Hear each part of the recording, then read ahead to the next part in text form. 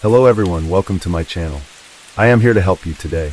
I know you use this video to fall asleep, so before that, like the video and subscribe to the channel. Also, where are you from and what time are you watching? Now get comfortable and relax. Case 1. In June 2002, a match was made on the South Wales Police DNA database that would end a 29-year search for answers. Investigators of the Landersea team had finally unmasked a potential suspect as the Saturday Night Strangler, a local man who was suspected of committing the rapes and murders of 3 young women.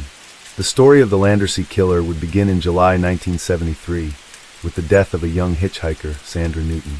This crime would go unsolved, along with 2 more murders in September 1973. In their hunt for this vicious killer, detectives interviewed scores of suspects, and with the help of a psychological profiler, they slowly whittled down their list of thousands of suspects to just several hundred. But ultimately, their efforts came to a dead end. With advances in DNA technology in the late 1990s, police were finally able to search for the killer by using his genetic fingerprint left at the crime scene, and the pursuit of justice resulted in one of the biggest police investigations in Welsh history. On a relatively warm sunny day in May 2002, a large group of people gathered on a steep Welsh hillside at Port Talbot's Goitre Cemetery. But these were not mourners attending a funeral. They were an exhumation team, consisting of forensic archaeologists, forensic dentists, scientists, pathologists, and policemen. A large blue tent was erected over the grave of Joseph Capin, and as dusk fell, the digging started. The weather soon turned sharply cold, and a storm broke. Heavy rain came lashed down, thunder cracked, and streaks of lightning split the sky. Although it was a ghoulish task, the group were hoping to extract dead man's DNA and match it to the Saturday Night Strangler, Wales' first documented serial killer. As twilight had finally fallen after a long day of digging, the team of detectives and forensic experts hunched around the large newly made hole in the ground as the dirt-covered coffin was slowly brought to the surface. As ominous flashes lit up the night sky, one man looked at the other and muttered, "Looks like he doesn't want to come up." The hunting ground of a killer. In September 1973, 2 young friends, 16-year-old Geraldine Hughes and her best mate Pauline Floyd, meet at the popular top-ranked nightclub in Swansea, South Wales. With songs by Mark Bolan playing to the crowd, the dance floor is packed. Located on the floor above, Roger Moore is playing James Bond in Live and Let Die to a large crowd of cinema-goers. Known as The Rank, this nightclub is the most popular spot for youngsters of the time, one of the swankiest discos in South Wales, that drew huge crowds from miles around. But that night, Saturday, September 15th, something was different. Among those having a good time at the Rank that evening was one man who had other thoughts in his mind besides dancing and frolicking. But no one there would have known his intentions, or that he was a sexual predator. Hidden in plain sight, with his shoulder-length hair and sideburns, he was indistinguishable from all the other would-be male suitors. This was a time, long before the term serial killer was even known, and little was understood about the criminal mind. As the young man stood there, it is possible he had already picked out Geraldine, a bubbly teenage girl wearing a white mini-dress with a big laugh, and her friend Pauline, a quiet girl of just 5'4", who liked to wear rings on her fingers and green nail varnish. On that fateful night, the 2 young girls faced an awkward journey home. They lived 7 miles away in the neighboring villages of Landersea and Skewen. There were no buses at 1 a.m. when the disco ended, and taxis were an expensive luxury. Few people had cars back then. Pauline and Geraldine both worked in a sewing factory and earned £16 a week. A taxi at the time was £4. In order to get where they needed to go, the young girls hitchhiked, something that many others did. Although the cinema billboard illuminates light into the wet Swansea night, it would soon be extinguished by government order. The country was in the grip of an energy crisis, with a war in the Middle East sending oil prices soaring, as well as miners on strike, resulting in coal reserves that were soon starting to deplete. All across Britain, street lights, advertising signs, and cinema billboards are turned off in a desperate attempt to stave off power cuts. As the girls sheltered at a bus stop in the spitting rain, just a few hundred yards from the club in the direction of home, a passing motorist observed a white car swerve to the side of the road and pick the girls up. As Philip O'Connor sat at the next set of traffic lights, the white car draws alongside. He glances over and sees both girls in the front seat chatting away to the driver. He is able to catch a glimpse of the man, sporting bushy hair and a mustache. However, most of his face is hidden behind the girls. Pauline and Geraldine both worked in a sewing factory and earned £16 a week. A taxi at the time was £4. In order to get where they needed to go, the young girls hitchhiked, something that many others did. Although the cinema billboard illuminates light into the wet Swansea night, it would soon be extinguished by government order. The country was in the grip of an energy crisis, with a war in the Middle East sending oil prices soaring, as well as miners on strike, resulting in coal reserves that were soon starting to deplete. All across Britain, street lights, advertising signs, and cinema billboards are turned off in a desperate attempt to stave off power cuts. As the girls sheltered at a bus stop in the spitting rain, just a few hundred yards from the club in the direction of home, a passing motorist observed a white car swerve to the side of the road and pick the girls up. As Philip O'Connor sat at the next set of traffic lights, the white car draws alongside. He glances over and sees both girls in the front seat chatting away to the driver. He is able to catch a glimpse of the man, sporting bushy hair and a mustache. However, most of his face is hidden behind the girls. A large police murder inquiry was launched, and a team of more than 150 detectives was swiftly assembled. It would prove to be the biggest murder investigation in Welsh history. The crime scene at Landersea lies in the center of the heavily populated South Wales industrial area, the landscape of which is dominated by steel plants, flaring oil refineries, and deep-water docks. The main towns of Swansea, Port Talbot, and Neath are easily accessible and just minutes away along the M4. Police learned from passing motorists that a white car, soon to be identified as an Austin 1100, was seen parked at the entrance to the cops between 1:45 a.m. and 2:15 a.m. on that Sunday morning. It was likely this was the killer's car, but none of the eyewitnesses saw the number plate. The motor vehicle provided a potential link to another murder that occurred 3 months earlier. On July 15, 1973, 16-year-old hitchhiker Sandra Newton was found strangled, her body dumped close to a local disused colliery. Like the other victims, Sandra had been raped and strangled, with the killer seeing the hem of her chiffon skirt to choke the life out of her. She was last seen walking home from a nightclub in the neighboring village of Britton Ferry after a Saturday night out. Subsequent investigations learned that an Austin 1100 had been going like the clappers in the area around the time of the murder. The papers soon came up with a sensationalized nickname for the killer, calling him the Saturday Night Strangler. The police investigation, led by Chief Superintendent Ray Allen, set up a murder room in Skewen Police Station. With no computers to compile information, the team instead rely on a complex manual card index system, as well as a wall-sized white board known as a graticule, which was divided into tiny squares in which individual inquiries or actions are listed and then crossed off when completed.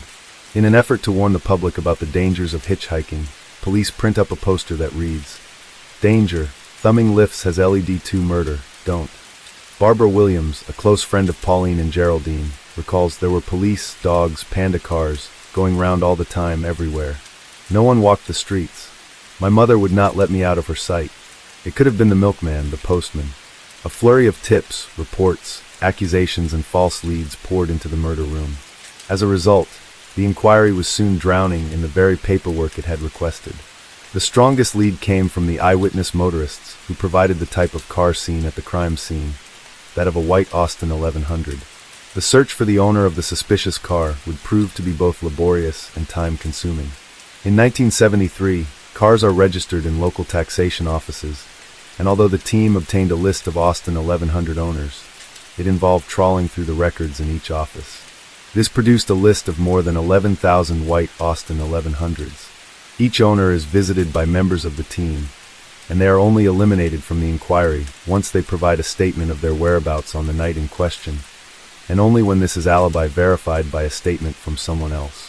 As part of the investigation, police questioned workers who were in the process of completing the final stages of the M4 construction, as well as employees at the steel works in Port Talbot, which comprised some 13,000 men.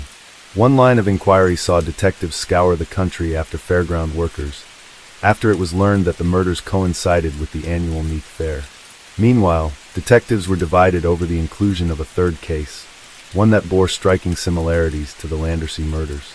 The death of Sandra Newton occurred just several months earlier, and at the time, her married boyfriend confessed that they left the nightclub together and had a quickie in the back of an abandoned van. He told police he then left Sandra at the roadside and walked home in the opposite direction. It was the last time he saw Sandra. But the police found the admission of adultery an awkward fact, and in public it was denied that the victim had been sexually assaulted. The quickie the lovers shared was not disclosed. The boyfriend didn't have a license and never owned a car, while Sandra's body is found miles away. This would have meant he was cleared, but there was still a lingering suspicion that he was responsible.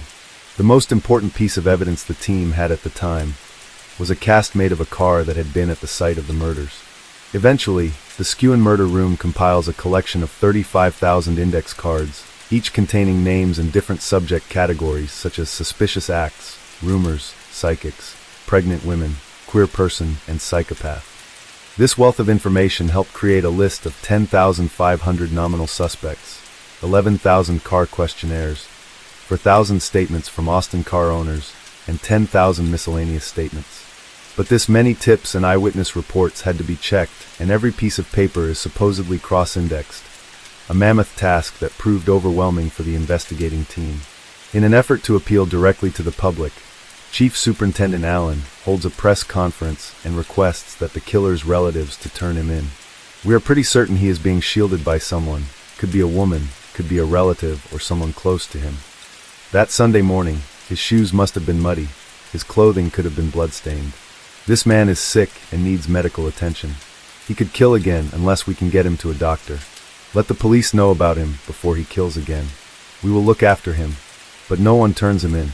By mid-1974, the murder investigation is quietly wound down, and the inquiry has run out of credible leads.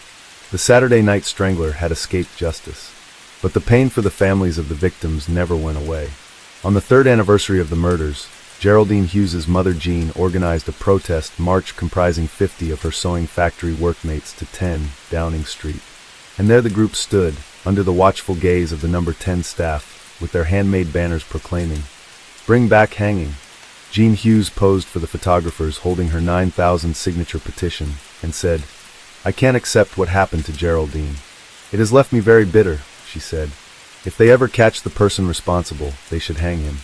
I want him to feel a rope around his neck like the girls felt." But her march on Downing Street is futile, and she does not achieve what she set out to do. Britain's government is preoccupied with troubles at home, such as industrial strife, economic meltdown, and rebellious unions. Besides, even if they did agree to bring back capital punishment, in this case there is no one to hang. Back in South Wales, the trail has gone cold.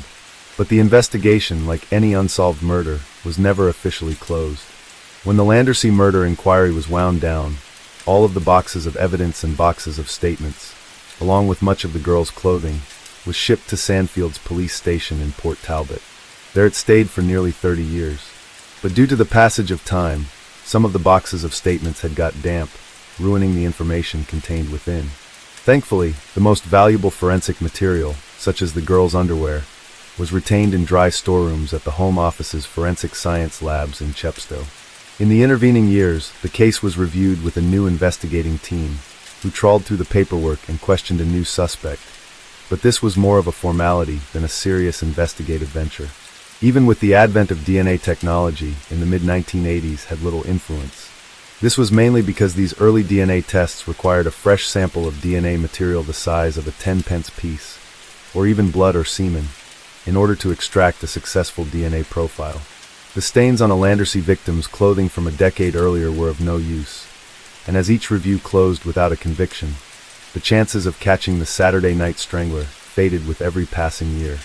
By 1998, a new technique had been developed in the form of a low copy number DNA test that could utilize just a tiny speck of DNA material. The girl's clothing and swabs of DNA taken from the crime scene were sent to a specialist research lab in Birmingham for testing. But this new test was a long, protracted, and complex process, which involved separating the DNA of the girls and the killer, which had become intermixed in the 25-year-old samples. It would take almost 2 years of work before the scientists could get a result. But this was only in the form of a partial profile of the killer's DNA from Geraldine. While the result from Pauline was unambiguous, a full genetic profile that could be expressed as a string of numbers. This small measure of success now meant that the police had, at last, a genetic fingerprint of the killer. But what they didn't know was his identity. In order to locate him, A search was made of the Criminal National DNA Database, NDNAD, that holds 1.7 M profiles, but the Landersea killer wasn't one of them. If justice was going to catch up with him, detectives would have to go looking for him. January 2000 saw the establishment of Operation Magnum, an official reinvestigation of the Landersea murders some 27 years after the killings. This new criminal investigation was considered as an unprecedented, with no previous unsolved British murder, and possibly even no unsolved murder case throughout the world and in history, has ever been successfully reinvestigated so long after the event. The Magnum team was considerably smaller than previous investigation squads, and comprised only of Detective Chief Inspector Paul Bethel, described as a gregarious hulk of a man, and two aging detectives, both of whom were 30-year veterans close to retirement, Geraint Bale and Phil Rees. The new team under Bethel reassembled the Landersea murder room in a rundown police station in the village of Ponerdaw, an area close to the murder scenes, and their Rees and Bale set to work. Their plan was to DNA swab those suspects considered as most likely offenders, and then match their DNA to the Landersea killer's profile. This meant they had to compile a list of just 500 suspects, because Bethel had a budget for just 500 swabs, by first combing through every piece of paper and rule out those least likely from the 35,000 names in the files. It was during this comprehensive search that the team uncovered a number of unsolved rapes in the Neath area. There was little information on these attacks, and no DNA evidence because the women's clothing had been destroyed. But it was noticed that 2 of these rapes, carried out in the months prior to the 1973 murders, bore a strong similarity to the Landersea killings. Much like the Saturday Night Strangler, this balaclaved rapist used ropes to subdue his victims after lying in wait, then grabbing them from behind and punching or threatening them into submission. "Don't scream or struggle, or I'll kill you," he told the women. As he bound their hands, he asked, "Are you a virgin?" Each woman was then raped vaginally and anally. Victims recalled few details about the rapist, but some remembered that he wore an anorak, had a mustache, and smelled strongly of tobacco. At the end of their ordeal, he would masturbate as his victim lay naked on the ground. "Don't open your eyes. I'm going to have a cigarette and think about whether I'm going to kill you or not," he told one victim. Bethel's team now wondered if the Neath rapist and the Landersea murderer the same man, and if so, could they unmask him by using evidence from the rapes. The Operation Magnum detectives decided to draw one investigative tool that their 1973 colleagues didn't have, that of psychological profiling. The benefit of criminal profiling is something that has benefited criminal investigations and led to the apprehension of a suspect. The Landersea team were hoping they could make use of this technique and called in Rupert Heritage, former chief of the Behavioral Science Unit of Surrey Police, to draw up a 14-point profile. The profile created by Heritage predicted that the killer would be white, aged in his late 20s to mid-30s, and would have a history of minor property crime. It was likely he would have come to the attention of the police as a juvenile at around age 12, and was likely to live in the Neath area, where the rapes were committed. It was highly probable that their suspect was a violent individual with a history of assaults and possibly animal cruelty. He would come from a broken family background, in the form of an absent father, was unskilled in low-paying employment, and had a troubled marriage. It's likely he would collect weapons and have solo sports interests. Using this profile as the basis of their investigation, the Magnum team began eliminating names from their list of 35,000 potential suspects. Rees and Bale spent 8 long months locked away in the file room working through the list, knowing that the smallest bureaucratic misfiling could mean missing out on the chance to catch the killer. "No one outside the team ever believed we would get a detection from this," says Rees. Bethel explained, "It was like throwing a dice for 2 years. Perhaps he, the killer, was not in that room. Why could it not have been a traveling Scotsman, a Swede on a boat in Swansea docks that night who sailed away the next day?" Eventually the massive list of names was whittled down to just 500, and then Rees and Bale began trying to locate the men on the list. This proved yet another logistical nightmare. In the intervening years, much could have changed in the lives of these possible suspects. 30 years was, after all, half a lifetime. People marry, move home, emigrate abroad, and change their name. The homes where they lived at the time of the murders could have knocked down, the streets redeveloped and rebuilt, or they may have died. Firstly, the 500 nominal suspects were prioritized into 5 groups. The first 50 swabs were of witnesses, relatives, stepfathers, boyfriends, anyone who had featured prominently in the initial inquiry. After them came ordinary criminal suspects. They then used several different methods in trying to track down these men, such as DVLA records, the passport office, and tax and criminal records to find addresses all over, some even as far away as New Zealand. Once the nominal suspect was located, the Magnum team had to persuade each man to volunteer his DNA. We were looking for a particular tree in a forest. In order to find it, you had to cut down all the other trees. The beauty of DNA is that you can once and for all eliminate a suspect, says Bethel. Over the next 8 months, none of the 353 men whose DNA was requested refused to provide a sample. Such a refusal would, of course, have automatically triggered suspicion, but many of the men on their list were not happy being questioned about sex murder that occurred over 30 years ago. Selling double glazing must be easier than selling a DNA test. It usually took 2 hours. The easiest people to deal with were those with convictions. They just wanted it out the way. We ended up swabbing in barges, taxis, and hotel rooms. The worst was always their sitting room in front of the wife, says Rees. When the DNA test results started coming back, the team waited patiently for the moment they finally got their man. But that moment never came. Each time a nominal suspect was swabbed, the team were, in turn, presented with yet more paperwork generated by the failures. A typical example of this was nominal suspect number 200, named Joseph Capin, who it was learned lived on the Sandfields estate in Port Talbot. In August 2001, Rees went to Capin's address to collect his DNA sample. His ex-wife, Christine Powell, was still living there at the property, but Rees learned that Capin wasn't. He had been dead for the last 12 years. Rees had to check her claim against the local death register, and then reassigned Capin to the dead pool, where the names of nominals ended up while the team tediously awaited final elimination by cross-checking with family members' DNA. 2 months later, in October 2001, the Magnum team had their first breakthrough. DNA specialist Dr. Jonathan Whitaker, who had been working on isolating genetic material from evidence in the Sandra Newton case, had managed to extract a profile from swabs taken from Sandra's body. It was a 3-way mix, says Bethel. Sandra, the boyfriend, and an unknown individual. But the unknown matched the profile from the Landersea murders. It was the same man. Now, for the first time, all 3 cases were definitively linked to the same perpetrator. The killer had dumped Sandra's body in a water culvert close to the disused Garth Colliery. This culvert was so remote and well hidden that it could have been known only to someone local. I knew we'd get him then, says Rees. We knew he was living locally. He was someone who must have been spoken to, and he had an 1100. The team were one step closer to catching their man, but they still didn't have that important piece of the investigative puzzle. Then, in October 2001, Whitaker came up with an ingenious way of unmasking the killer. This case happened in 1973. The offender could have had children, he said. Was it possible that there was a relative of the offender on the database? It was his understanding that because people inherit DNA from their parents, and in turn pass on 50% of that DNA to our offspring. Whitaker believed that because he had the killer's DNA profile, he also had 50% of the killer's children's DNA. If he could locate the killer's children, he would find the Saturday Night Strangler. Much like the suspect list, this would once again prove to be another laborious process of elimination. However, this time, Whitaker had the advances of computer technology at his fingertips to delete thousands of names with the touch of a button.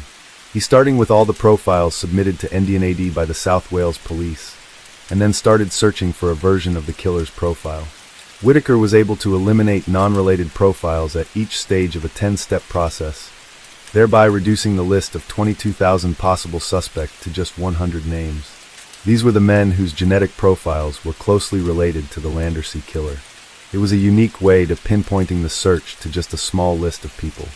We were looking for a father and getting to him by his son, says Whitaker. One of the names among this list of 100 was that of Paul Cappan, a convicted car thief. His name proved very familiar to detectives. Paul Cappan would only have been 7 years old when the Landersea killings took place, but that fact that there were 2 Cappans in the files was just too much of a coincidence. Joseph Cappan was now the number 1 suspect. The only problem was that he had been dead for the past 12 years. Rees and Bale returned to Sandfields and asked if Christine Powell and her daughter Deborah would volunteer DNA samples. The results took 2 weeks to process. I was sitting at my desk in the Ponardal murder room, when the call came through from the forensic scientist, Colin Dark, says Bethel. He was going on about a partial match in the DNA banding. And I said, "What are you telling me?" He said, "I think you've got your man." It was a strange feeling, very emotional. I don't get excited or overwhelmed, not after all these years. But I really did get a lump in my throat. By subtracting Powell's DNA from her sons and daughters, the forensic scientists hoped to be able to recreate most of Joseph Kappan's DNA. What they eventually ended up with was a 3/4 profile of Kappan that was identical to that of the Landersea killer. According to the DNA, Kappan was the killer. However, the investigators had to be 100% sure he was their man before they went public and notified the families of the victims. I needed to be able to tell the victims' families, "The man in the grave is the man who killed your daughters. He's a serial killer." I wanted to be bloody sure that he was in that grave, says Bethel. On December 24, 2001, Bethel made an application to then Home Secretary David Blunkett to exhume the remains of his suspect. This was to be a historical first for this type of method for identifying a criminal. Kappan would be the first serial killer ever to be pulled from the grave to confirm his guilt. He was buried in Goitre Cemetery on the outskirts of Port Talbot, the graves of which were perched on a steep Welsh hillside. Kappan shared the family grave with his stepfather Clementi Proietti and grandfather Joseph Herbert, with his coffin being sandwiched in the middle. In order to exhume his coffin, all three would have to be dug up, with no guarantee there'd be any viable DNA to collect. It took 5 months for the permission to exhume Kappan to come through. In the meantime, the manhunt above ground continued. There were hundreds of questions we wanted answered. Where did he kill Sandra? Did he know the girls? Had he carried out other attacks? How did he get away with it? Who was he, says Rees. He and Bale interviewed anyone and everyone who had associated with Kappan, while his name was given out to the local newspapers. Unknown victims soon began to come forward. The team began the process of learning everything they could about Joseph Kappan, in an effort to piece together his history, become acquainted with what type of person he was, and ultimately understand how a man could become such a monster. Joseph Kappan was born on October 30th, 1941, as Joseph Margam. One of 7 children, he grew up in Port Talbot and was eventually raised by his stepfather after the breakup of his parents' marriage. He came to the attention of the police at the age of 12, exactly as the psychological profile developed by Rupert Heritage had predicted. He spent many years in and out of prison and had a string of minor offenses, more than 30, for car theft, burglary, assault, and robbing gas meters. When not serving a prison sentence, Kappan worked as a driver of lorries or buses and gained some measure of notoriety as a bouncer, but he never held down a job for long, preferring to hobble, meaning he signed on for Social Security benefits and continued to work for cash on the side. Although he occasionally smoked cannabis and may have done a bit of dealing, his biggest habit was smoking tobacco. He chewed it and smoked as many as 20 Old Holborn roll-ups a day, enough to stain his teeth, and as the Neath rape victims recalled how the perpetrator smelled strongly of tobacco, it also made his clothes smell strongly of cigarette smoke. He had few friends. Kappan was a very deep individual, a loner, says Bethel. Lots of people knew of him, but no one really knew him. He'd go to pubs 2 or 3 a night. He was always out. He'd even be on the darts teams, but he never really drank, 1 or 2 drinks a night. He never wanted to lose his self-control. At the age of 20, Joe Kappan met his future wife, Christine, who was 17 at the time, on the beachfront at Port Talbot. It was 1962, and no one had any money in those days, says Christine Powell. You'd go into a cafe, get a coffee for 6 pence, and hang out. It was September and cold. The first thing that attracted me to him was that he bought me a hot chocolate to warm my hands. It was the first kind thing anyone had ever done for me. The couple were married for 18 years before divorcing in 1980. Christine described that when they first met, Kappan was a catch. She remembers that the 6'1" Kappan had a dark, almost Italian complexion with slate blue eyes. He was a physically imposing figure, and long before it was ever fashionable, Kappan worked out with dumbbells. Unlike many of the young men of that era, he had wheels. Joe was my first boyfriend. I didn't know about sex, men, women, or anything. He was tender and affectionate. He was always obsessed with cars. There were always 5 cars and bits in the front garden. He was always doing them up. Christine became pregnant during the summer of 1963, and the couple married in February 1964. There would be no honeymoon. 10 days later, Joe got sent down for 3 years for breaking into houses to rob gas meters. Their daughter Deborah was born in the April, and it wasn't until August 1965 that Christine would see him again. It was during his release on day parole to attend his grandfather Joseph's funeral. At the wake, with a warder downstairs, Joe dragged Christine into an upstairs bedroom and had sex. It was then that she became pregnant with their second child, Paul. By the time he was released from prison, Capin was a father of 2 children he had never met. But he soon settled into the role as head of his household. The couple moved to the Sandfields estate, and there the family lived what turned out to be an unhappy life together. Joe never bonded with the kids, only with Beverly, who came along in 1974, says Christine. We lived on the social. As a family, we did not have 2 pence to rub together. I could not rely on him for money, as he was always in and out of jail. He did stupid things, she said. He'd see some lead, pinch it, and then get sacked. He did not have proper money. If he hobbled, he might give me 20 pounds, but that was it. He had a car, which was his luxury. Often he'd take money out of my purse. But soon their relationship would take a darker turn. I thought it was natural for men to hit women, Christine continues. I thought all men were violent. He used to rape me every 2 weeks. It was against my will. I never wanted it. Joe would say, come on, and then he would insist on his conjugal rights. The couple fought frequently, and when police weren't knocking his door to ask about some unsolved burglary, they were often called around to calm things down. We never had an argument unless I was drinking, says Christine. I'd play our One Shirley Bassey record over and over. If he dared tell me to turn it down, I'd start. And then he'd hit out. But in the 1970s, police didn't interfere in domestic troubles, and Christine would never press charges. As per Rupert Heritage's profile, Capin enjoyed hobbies that were solo interests. The rearing of canaries, tropical fish, and greyhounds. One of the greyhounds became a family pet. His son Paul recalled when he was younger that one day, as his father was exercising the dog on the local beach, he decided it was too old. Joe picked up a wire and strangled the dog in front of his terrified son. It wasn't the first time Paul had bore witness to his father's unpredictable manner and vicious temper. In another alarming incident, he forced Deborah and Paul, both then under the age of 10, to wander the streets searching for fig roll biscuits to replace the ones they had eaten. It was 11 o'clock at night and pouring down with rain. It was clear to investigators that Capin ruled his family by terror, much as he had done with his victims in the short amount of time spent with them. Capin's name had first been provided to the original murder team back in 1973. It was a retired Port Talbot detective, Elwyn Whedon, who had given Capin's name to detectives. Capin was a bouncer in nightclubs, says Whedon.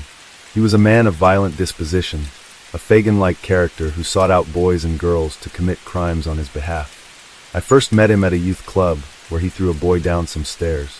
There were no injuries, but you felt Capin was capable of anything, and I knew he had an Austin 1100.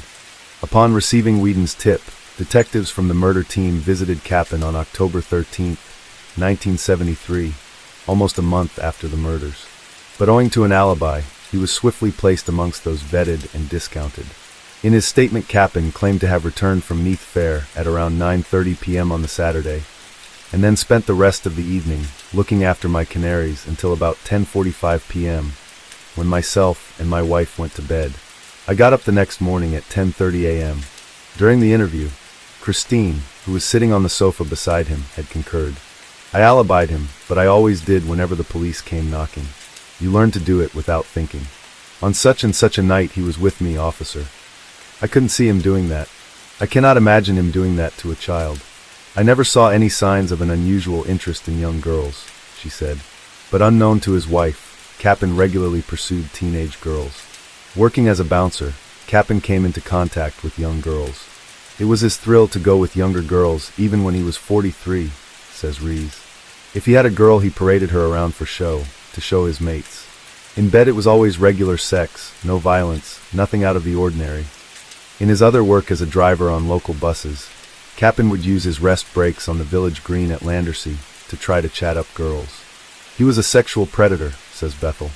He always carried a weapon, a knife, and he had the ligature ready at Landersea. With him there is always predatory intent combined with arrogance.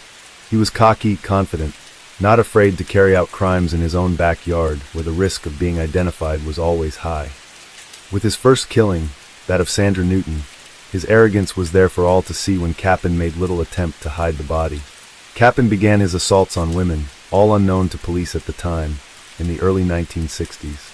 Sometime in 1964, he attacked a 15-year-old schoolgirl as she was walking in the Sandfields estate. He followed closely behind, and as they entered a half-built house, he threw her to the ground and jumped on her. But when the girl screamed, he got up and ran away. There were further incidents involving young girls. In February 1973, a man resembling Capin, driving in Austin, picked up two female hitchhikers near Neath. As they neared their drop-off point, the man continued driving and took them to an isolated road, with one girl was in the front and the other in the back seat. The attacker stopped the car and told them, "I know you want it." The girl in the front seat was grabbed by the man, who started pawing her breasts. The girl in the back seat reached forward to intervene, but he swung back his fist and punched her in the face. By this time, both girls were screaming and tried to escape, but found the car doors were locked from the inside. Luckily, the girl in the back had long nails and was able to grab the stub of the door lock and pull it up, opening the door, allowing her to pull open the front passenger door from the outside. Because of the screaming, the occupants of a nearby house were woken up and turned on their lights, and this is when the attacker fled. This attempted double rape was never reported to police because one of the girls thought she'd get in trouble with her father, a church warden. The attacker was almost certainly Capin, and his next victim, Sandra Newton, would not be so fortunate. Towards the end of his life, Joe Capin was suffering with lung cancer.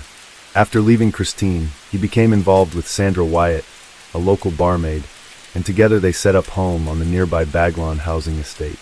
Then in his 40s, Capin hardly left the house, according to Wyatt. He was diagnosed with cancer in 1988, and his body literally wasted away. By the end, the once strapping Capin was forced to use a wheelchair. He died on June 17, 1990, at the age of 49. He died never having been brought to justice for his crimes, but soon it was about to catch up with Joe Capin. By May 15, 2002, the exhumation team, consisting of pathologists, forensic archaeologists, scientists, forensic dentists, and policemen, were ready to begin their work. Over Capin's grave was erected a large blue tent, and the digging started as dusk fell. After the first coffin, that of Capin's stepfather, had been raised, the weather turned sharply cold and a storm broke. It had previously been a fine day. The heavens opened in thunder and lightning started, the like of which I have never seen, says Bethel. It was literally at the moment we came across the coffin of Capin. There was a tremendous sense of foreboding, he said. Is this evil being uncovered? I remember saying to the team, he doesn't want to come up. The coffins, all intact, were taken to a local mortuary and opened. It was there that Bethel finally came face to face with his prime suspect, some 30 years after the crimes. Teeth and a femur from the leg, the likeliest sites for DNA to survive, were removed by forensic scientists and sent for DNA analysis. Their work done, Capin and his relatives were swiftly reburied. 3 weeks later, the DNA test results came back. It was Joseph Capin. The Operation Magnum team had mixed feelings about their victory. To be honest, I was disappointed, says Rees. It was a letdown. You're not going to pull him in. It wasn't like arresting him and taking him to a court of law. But for Bethel, there was now final resolution in a case that had haunted investigators for decades. Operation Magnum, the hunt for the offender responsible for the Landersea murders, is closed. We are not looking for anyone else. But there were still many unanswered questions, such as how Joe Capin had managed to slip through the net during the original investigation. Just how did Joseph Capin get away with the crimes he committed during the 1960s and 70s? It was obvious there were oversights during the initial investigation. The most damaging was a small but telling inconsistency in his story. When detectives first turned up at his home, on October 13, 1973, nearly a month after the murders, his Austin 1100 was outside the house on blocks with the wheels removed, probably because Capin was trying to switch tires after it was reported by the press that the police had a cast of the killer's tire track from the Landersea murder scene. Capin told the detectives he had put the car on blocks the day after the murders. However, in police logbooks of random stop and check operations in the week after the killing, Capin and his car were logged as being on the road. No one in the original police team made this startling connection. Without the convenience of logging the data with a computer, which would have made cross-referencing this information just a keystroke away, Capin's lie went unnoticed. Since 1973, it has become clear that serial killers don't stop until they are caught. I can't believe that if an offender is impulsive enough to pick up victims in his locality, risking being seen, that he would have any qualms about committing other offenses around the country or abroad, says Bethel. There have to be other rapes or unsolved murders that could be attributed to him. Cappen's picture has been circulated to every police force in Britain, and every 6 weeks his DNA profile is run against any new cold cases on NDNAD, in an effort to uncover any further victims. For the families of the murdered girls, the long wait for justice has been brought to an end. Their loved ones can finally rest in peace, despite their killer never being brought before a court for his punishment. You know there are evils out there, says Gene Hughes, but you never believe it will touch on you and yours. When it does, it is a lifetime sentence of hell. Now we can close the book on that hell forever. The decades-long hunt for the Saturday Night Strangler, which began inside the dance floor of a 1970s disco, ended when the perpetrator was disturbed from his grassy tomb and finally unmasked. Case 2. In June 1997, officers of the Suma Police Department in the Japanese city of Kobe arrested a teenage boy named Shinichiro Azuma on suspicion of murder, in what would prove to be one of the most bizarre homicide cases in Japanese criminal history. Almost a month previously, the decapitated body of a young boy was found outside a local elementary school, along with a handwritten note in red pen, in which the killer, who identified himself as Sakakibara, promised more murders. The style of writing was reminiscent of a serial killer who terrorized the American city of San Francisco over 2 decades previously. The case that reminded Japanese authorities of a killer who communicated with police was the infamous Zodiac Killer, who continues to remain unidentified. When 14-year-old Sakakibara was arrested, he confessed to a second murder committed in March 1997. The young killer's identity was kept secret owing to his young age, and he was referred to as Boya by the press. Sent to a young reformatory for treatment, he was released in 2004. The subsequent controversy surrounding the seriousness of his crimes as well as his early release would lead to calls for him to be sent to prison. When the San Francisco Zodiac Killer began his reign of terror against the residents of the Bay Area, few could have believed that these crimes would go unsolved. The Zodiac case both terrified and fascinated in equal measure, and received national and international attention. In the 1990s, a copycat killer emerged in New York. The Zodiac 2 murdered 3 and wounded 6 people. Then, in mid-1997, the influence of the Zodiac Killer was felt at an elementary school located in Suma, Kobe, the Japanese capital city of Hyogo Prefecture, where a twisted killer used the Zodiac crimes as inspiration for his own.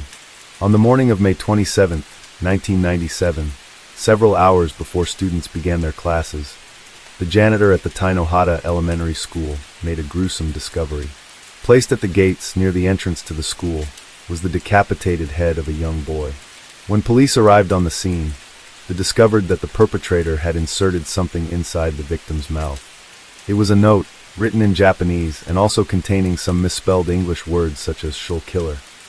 With a distinctive style and red ink lettering, the note made reference to future murders and challenged the police to catch him. This is the beginning of the game. Try to stop me if you can, you stupid. Police, I desperately want to see people die. It is a thrill for me to commit murder. A bloody judgment is needed for the years of great bitterness. The note identified the perpetrator by the name Sakakibara, and Japanese detectives familiar with the American Zodiac suspected that the killer had taken inspiration from the unsolved serial murder case. Police suspected the killer had hoped the remains would be discovered by the neighborhood kids, parents, and school staff, something that would have caused fear and panic among the local residents. The janitor who came across the victim reported to police that in the week preceding the discovery, he found on school grounds the remains of 2 mutilated cats with paws cut off along with several dead pigeons. The victim was eventually identified as June Hayes, an 11-year-old student of Tainohata Elementary School who attended a special needs class which was made up of children with mental and/or physical disabilities. The body of the young boy was later found hidden underneath a local house. From the autopsy, it appeared the killer had strangled June to death and then removed his head with some type of instrument, possibly a saw. There were no witnesses who saw the killer place the victim's head, and police had no idea what the motive was behind the killing. It wasn't long before Sakakibara made contact again. This time he sent a letter to the Kobe Shimbun newspaper on June 6, 1997, in which he claimed responsibility for the strangulation and decapitation of June Hayes, and threatened that more killings would follow soon. This letter, which was delivered in a brown envelope with no return name or address, and was postmarked June 3rd, contained 3 pages that comprised some 1,400 words. Written in the same red ink, it included a 6-character name that can be pronounced as Sakakibara Sito. This name, which in the Japanese language means a variety of words such as alcohol, rose, fight, saint and devil, was also used in the first message that was left in the mouth of June Hayes. The letter began with the phrase, "Now it's the beginning of a game," and went on to state, "I am putting my life at stake for the sake of this game. If I'm caught, I'll probably be hanged. Police should be angrier and more tenacious in pursuing me. It's only when I kill that I am liberated from the constant hatred that I suffer and that I am able to attain peace. It is only when I give pain to people that I can ease my own pain." The letter also made mention of the Japanese educational system, calling it compulsory education that formed me, an invisible person. It appeared that Sakakibara wanted more attention towards himself and recognition for his crimes, something that he intended would cause panic in the community. During the initial press coverage, the Japanese media mistakenly reported the name of the killer as Onabara, which translates to Demon's Rose. However, the killer insisted his alias was as he gave it, Sakakibara Sito. Infuriated by this mix-up, Sakakibara sent another letter to the station. He wrote to the station threatening, "From now on, if you misread my name or spoil my mood, I will kill 3 vegetables a week. If you think I can only kill children, you are greatly mistaken." This use of the word vegetables would later be explained by the killer, referring to people around him. Having learned this term from his parents, who had once told him, "If you are nervous at your athletic meet, picture the people around you as vegetables." It appeared the killer wanted and craved more recognition and attention towards him and for his crimes. It appeared likely that Sakakibara had intended to imitate the Zodiac killer, possibly because he wanted to be immortalized in the same way other serial killers had been by society and the media. The hunt for the killer ended more or less as quickly as it began. Just 1 month after the horrifying discovery of June's head on the gates of the school, police made an arrest in the case. On June 28, 1997, a 14-year-old junior school student was arrested and questioned in connection with the murder.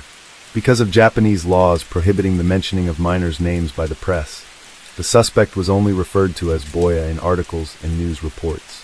Despite attempts to keep his identity a secret, at least one Japanese tabloid published both his picture and real name after he was released.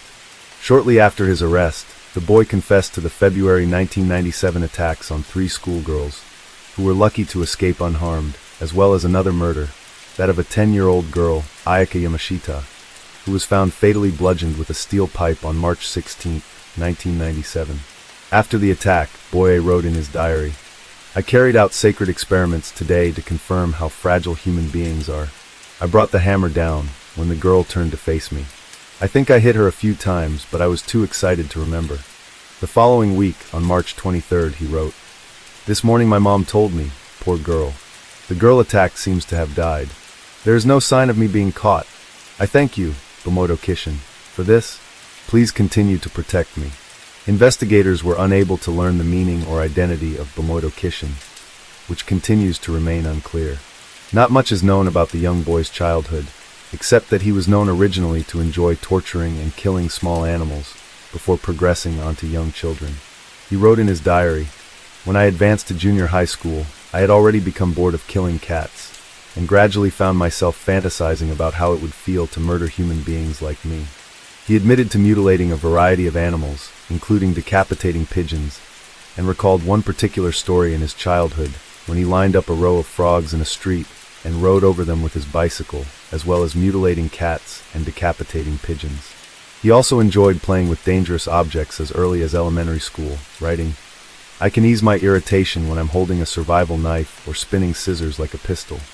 Although he was deemed by social workers to be mentally unstable, his mother pressured Boye into taking and passing the entrance exams needed to enter a prestigious school.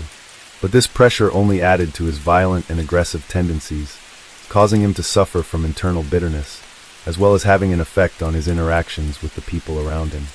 During a search of his bedroom after his arrest, police found thousands of comic books and pornographic videos, which some suggested might have fueled his homicidal killing spree. Some Japanese politicians such as Shizuka Kame were quick to blame the media and society in general, and calling for a restriction of objectionable content. He stated, "Movies lacking any literary or educational merit made for just showing cruel scenes. Adults should be blamed for this, and that the incident gives adults the chance to rethink the policy of self-imposed restrictions on these films and whether they should allow them just because they are profitable." A number of people, including Shojiro Goto, a lawyer who dealt with many false accusation cases, as well as Nobuyoshi Iwata, the former principal of the junior high school that Boye attended, insist that he was wrongfully accused and point out several contradictions in the statements of the investigating authorities. They point to the fact that investigators said that one of the murders was committed by a left-handed person, while Boye is right-handed. The young suspected killer had bad grades at school, and yet his confession was complex, if somewhat cryptic, and contained many elaborate figures of speech and similes, but also contained many absurd statements and claims of things that would be impossible for a 14-year-old to do. Because he confessed to his crimes, Boye was sentenced to a youth reformatory for treatment, mainly because he was under the age of 16, and so could not be tried as an adult. A change in Japan's bicameral legislature lowered the age for criminal responsibility from 16 to 14 in the year 2000. However, after the Sasebo slashing of June 1, 2004, in which Satomi Matarai by 11-year-old Gorilla, there has been renewed discussion for the need for further revision. For many, there never any doubt about his guilt. In 2002, the boy's mother visited him in prison and asked him if he had really committed the crimes, to which he confirmed he had murdered both children. In an unprecedented act, the Japanese Ministry of Justice announced on March 11, 2004, that Sakakibara, 21 years old at that time, was to be released on a provisional basis, with a full release to follow on January 1, 2005. Because the government had taken the unusual step of notifying the public, critics have argued that it was likely Sakakibara was not fit for release and instead should be transferred to prison to serve out the remainder of his sentence. This criticism was further exacerbated some 3 months later, in the wake of the Sasebo slashing. Because he was judged to be cured of his sexual sadism and compulsion to kill, Sakakibara was released on parole in 2004. Due to the seriousness of the crimes and the fact that they had been committed by a minor, Sakakibara's name and new residence were intended to remain a highly guarded secret. However, his real name, Shinichiro Azuma, had already been leaked by the press and circulated on the internet since June 29, 1997, according to journalist Fumihiko Takayama. Originally, both the public and victims' families were notified of his release and whereabouts. However, after 2004, he was no longer required to report his location and soon dropped out of sight and from public security. Living his life largely anonymous, it wasn't until 2015 that he would again feature in the news, when he decided to release a tell-all book that would bring him back into the spotlight. On June 10, 2015, Sakakibara, then aged 32, released his controversial autobiography through Oda Publishing titled Zeka. His memoir, which served as a recollection of his crimes and time in prison, would vividly recount the murder of June Hayes, the details of which had never been reported by the media. Azuma claims to have strangled and eventually decapitated June Hayes on the slopes of a nearby mountain using a hand saw. He then carried the boy's body into the bathroom at his home, where he locked himself in and committed a deed far more heinous than murder. This deed, to which he alludes, most likely refers to the committing sexual acts with June's corpse, as Sakakibara calls himself an incorrigible sexual deviant. Around 10,000 copies of the first edition of Zeka were given the green light for publication, something the victims' families were not made aware of beforehand. The president of Oda Publishing, Satoshi Oka, said in a statement, "We have never had the opportunity to read the personal account of a juvenile criminal at this level. Although I understand this book will receive a great deal of criticism, I believe that the book details events that speak to issues of juvenile criminal accountability still relevant today." The families of the victims, specifically June Hayes' family, along with many advocates for the victims, had objected to and attempted to keep Zeka from being published, but ultimately the book was released. Despite one bookstore chain refusing to stock the book, it became an instant success and quickly reached the top of Japanese bestseller lists. The royalties from the sale of the book were to be paid to Sakakibara, something which only contributed to the outrage from the families of the victims.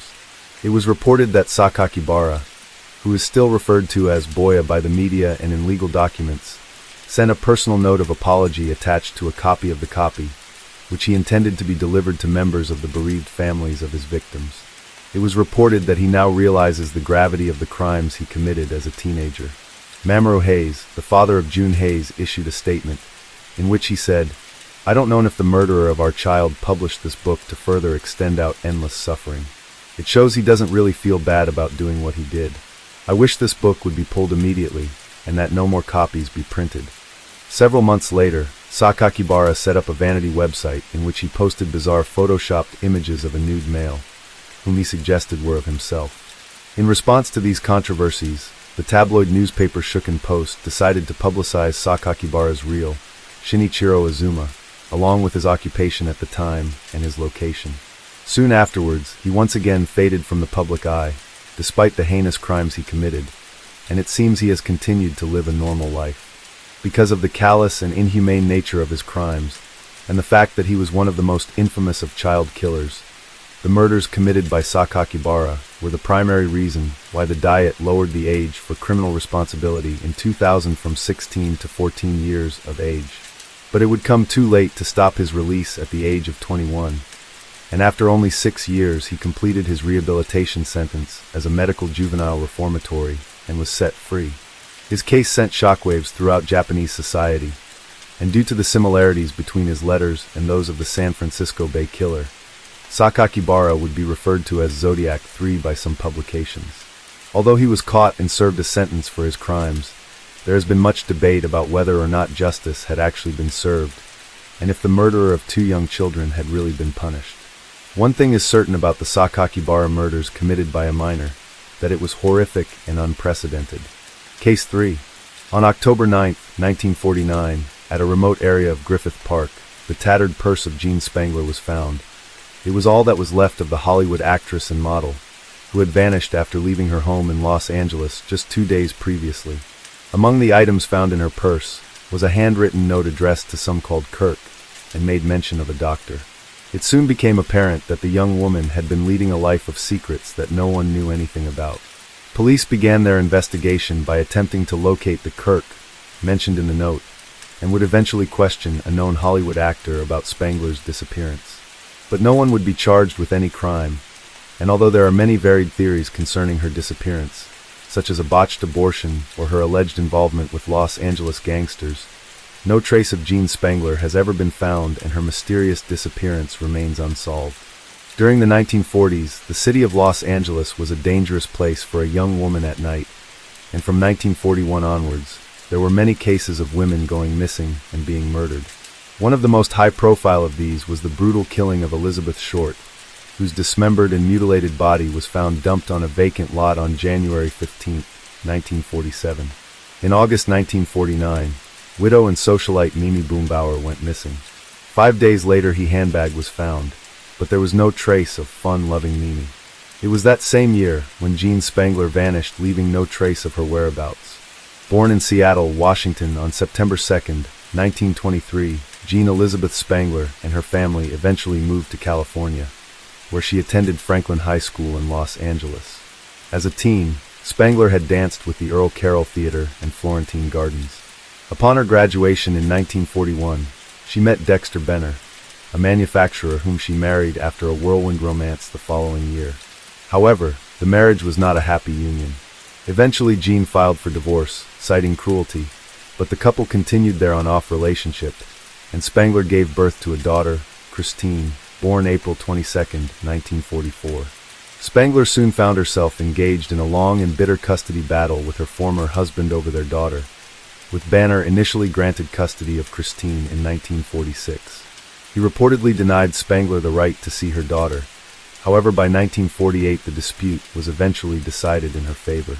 With her background as a dancer and model, Spangler was attempting to break into acting, and by 1949, she appeared to have succeeded in her determination to make it in Hollywood when she was cast in bit parts in several films.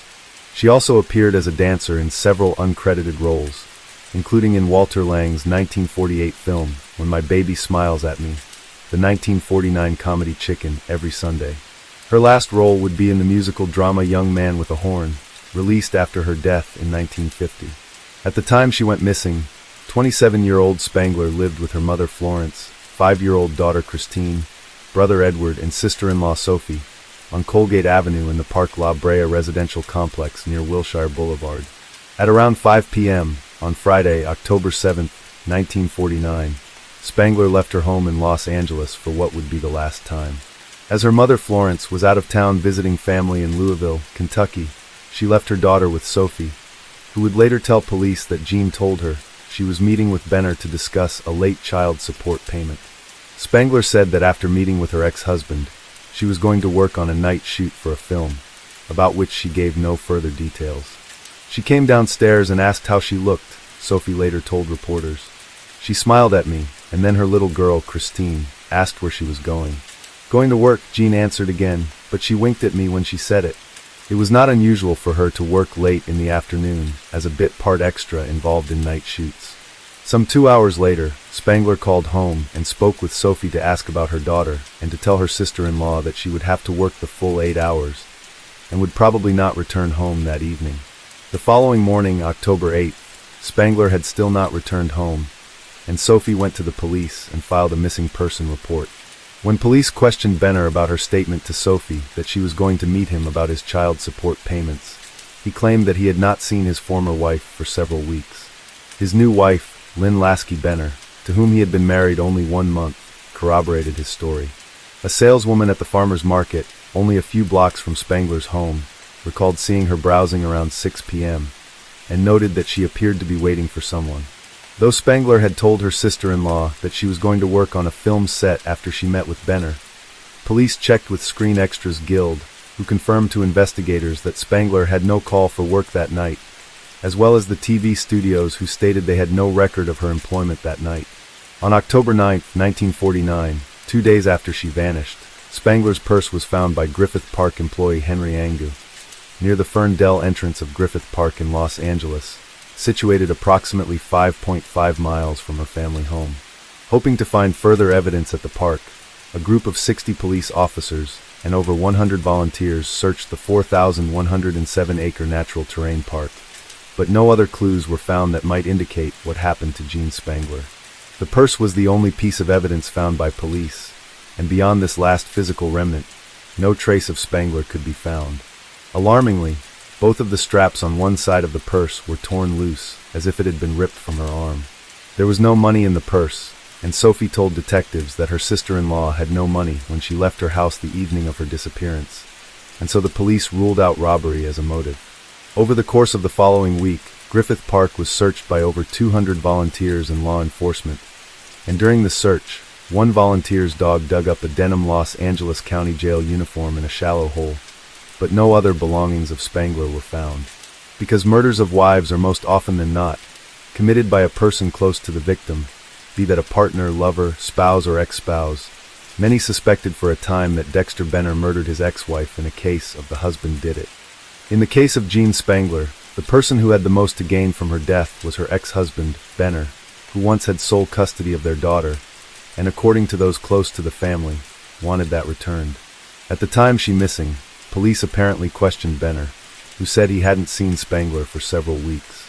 On October 27, 1949, Benner had been awarded temporary custody of his daughter in a court battle with Spangler's mother Florence, to whom he denied visitation with Christine because he said she was upsetting his daughter by referring to her missing daughter, and also defied a court order that he permit Spangler's mother to visit the child. When he was ordered to serve 15 days in jail for being in contempt of court, the remarried Benner fled Los Angeles with his daughter, later settling in Florida. Once Benner was cleared as a person of interest, investigators moved on to other suspects, but with little evidence surrounding her death, there were few clues as to whom might have caused her disappearance. At the time she missing, police apparently questioned Benner, who said he hadn't seen Spangler for several weeks.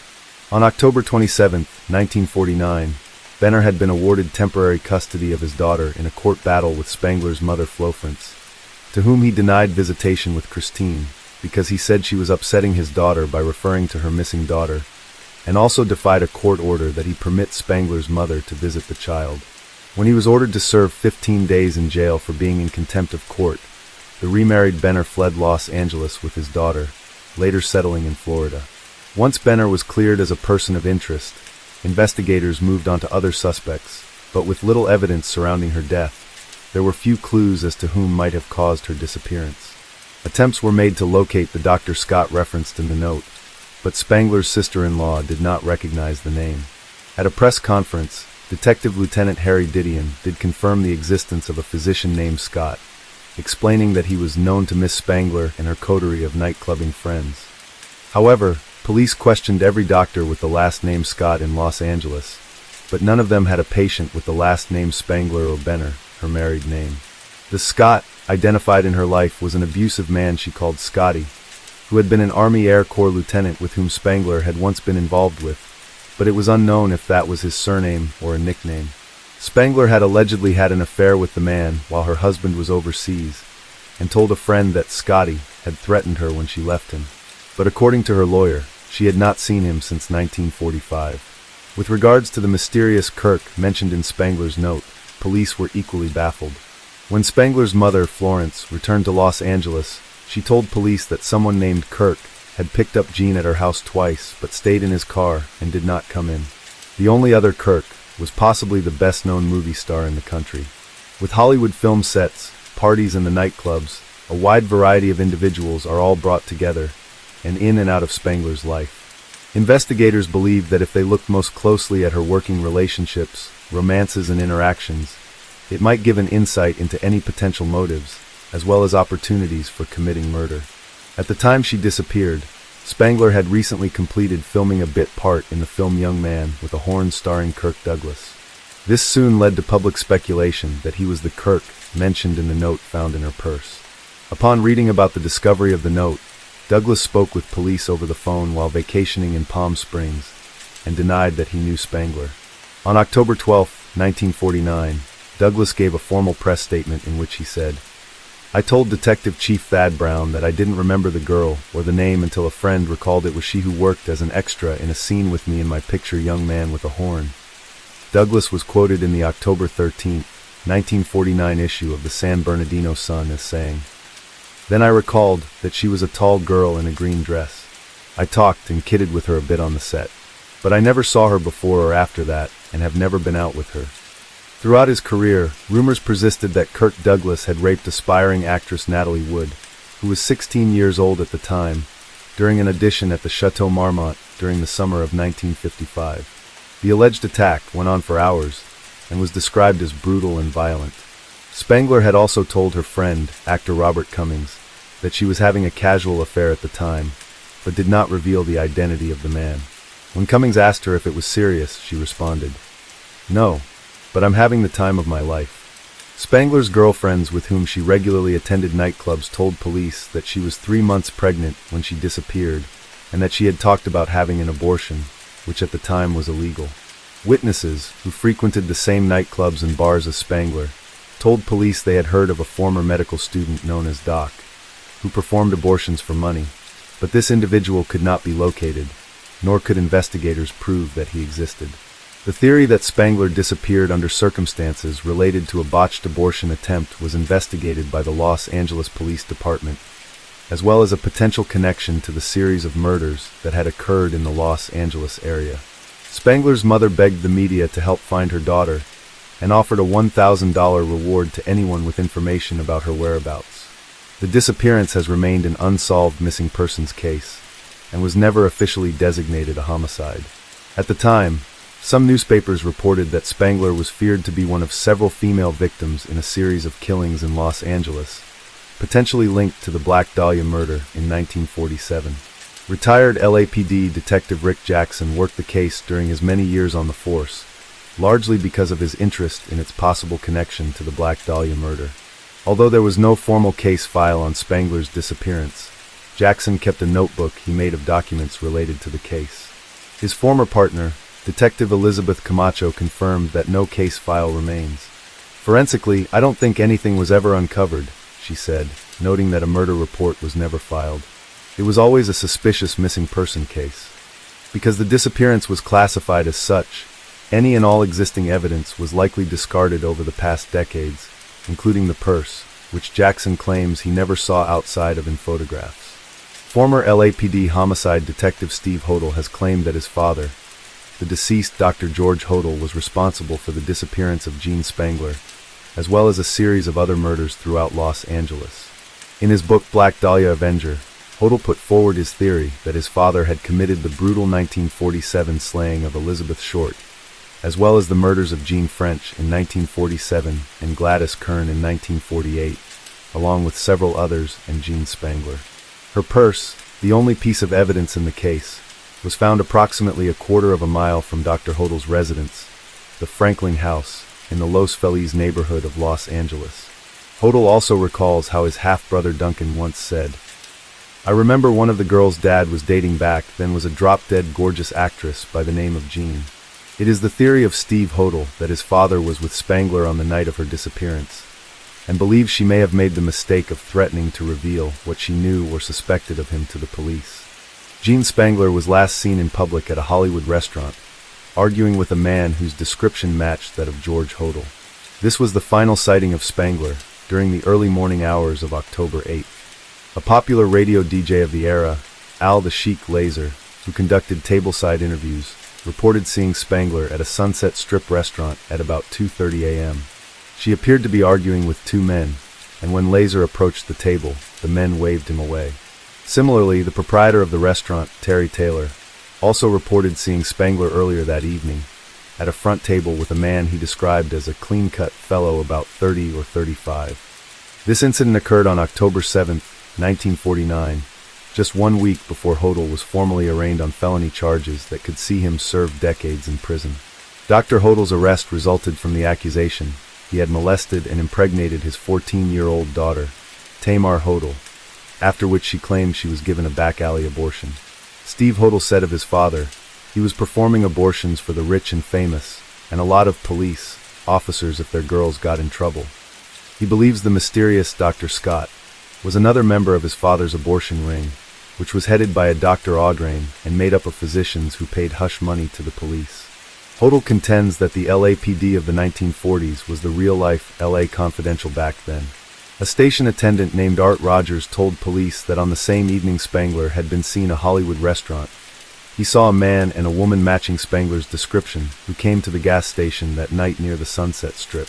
The man bought gas and Rogers the couple were headed to Fresno, but as they drove off, the woman, who shrank down in the passenger seat, cried out, "Have the police follow this car." Rogers called police, but by the time they were on the scene, the vehicle and its occupants were long gone. Hodel believes it was his father who was spotted with Spangler. He fits the description of the man spotted with her, and he drove a 1936 black Packard sedan resembling the one Rogers described. This same vehicle also matches descriptions of cars seen leaving the Elizabeth Short crime scene in 1947. At the time, the Los Angeles Examiner printed a map with the headline "Black Sedan Hunted in LA as Death Car."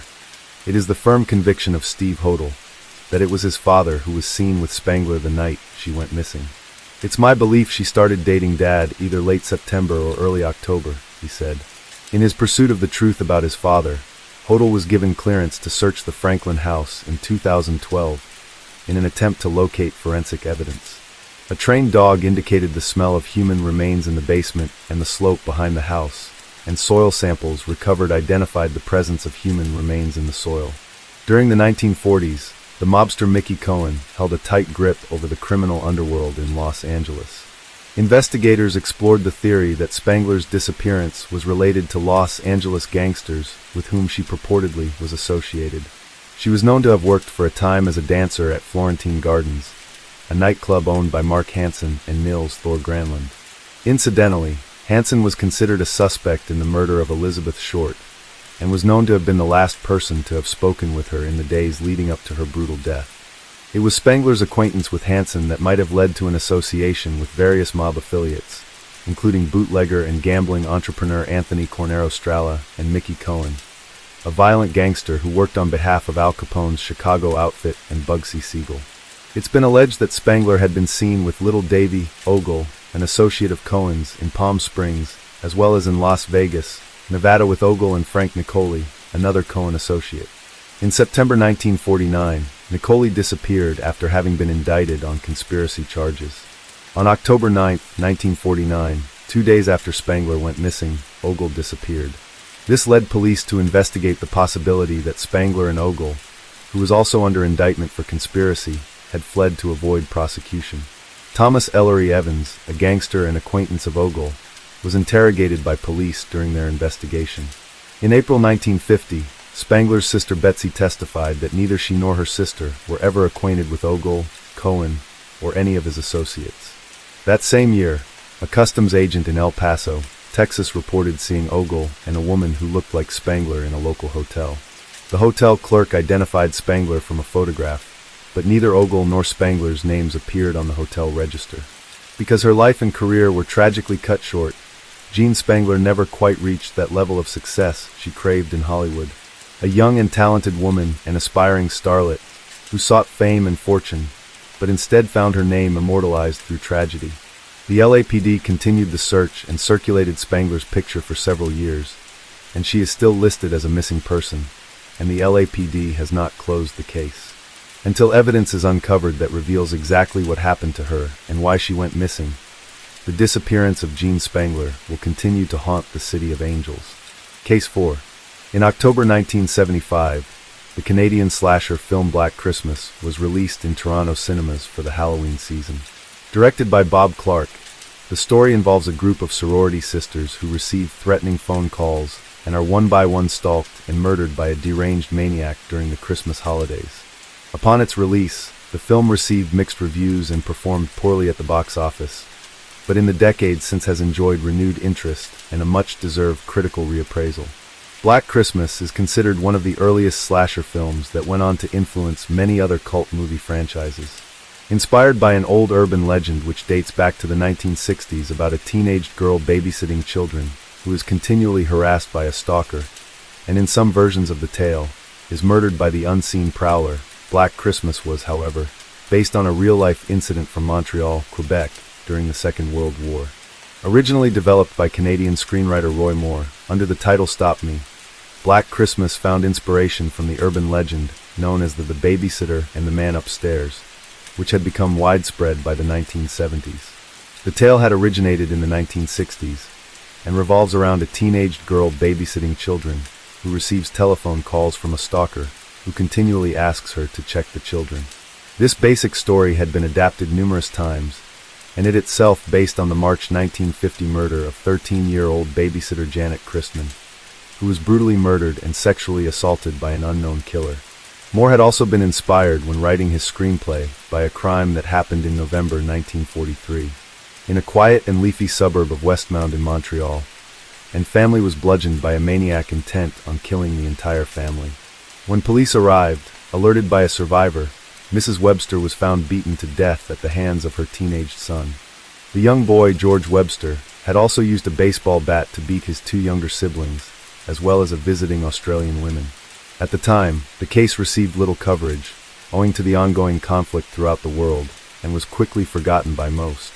The film's producers ordered a rewrite of the original screenplay, in order to give it a university setting, and several alterations were made by Clark to the dialogue, who thought it was too much of a straightforward slasher film, and incorporated some humorous elements to give it more light-hearted moments. Filming began in 1973 on a budget of $620,000. Olivia Hussey was cast as the main character Jess, who considered it a wise career choice and accepted the role after being told by a psychic that she would make a film in Canada that would earn a great deal of money. Based on his performance in the sci-fi epic 2001, A Space Odyssey, Keir Dullea was cast as Peter, the boyfriend of Jess.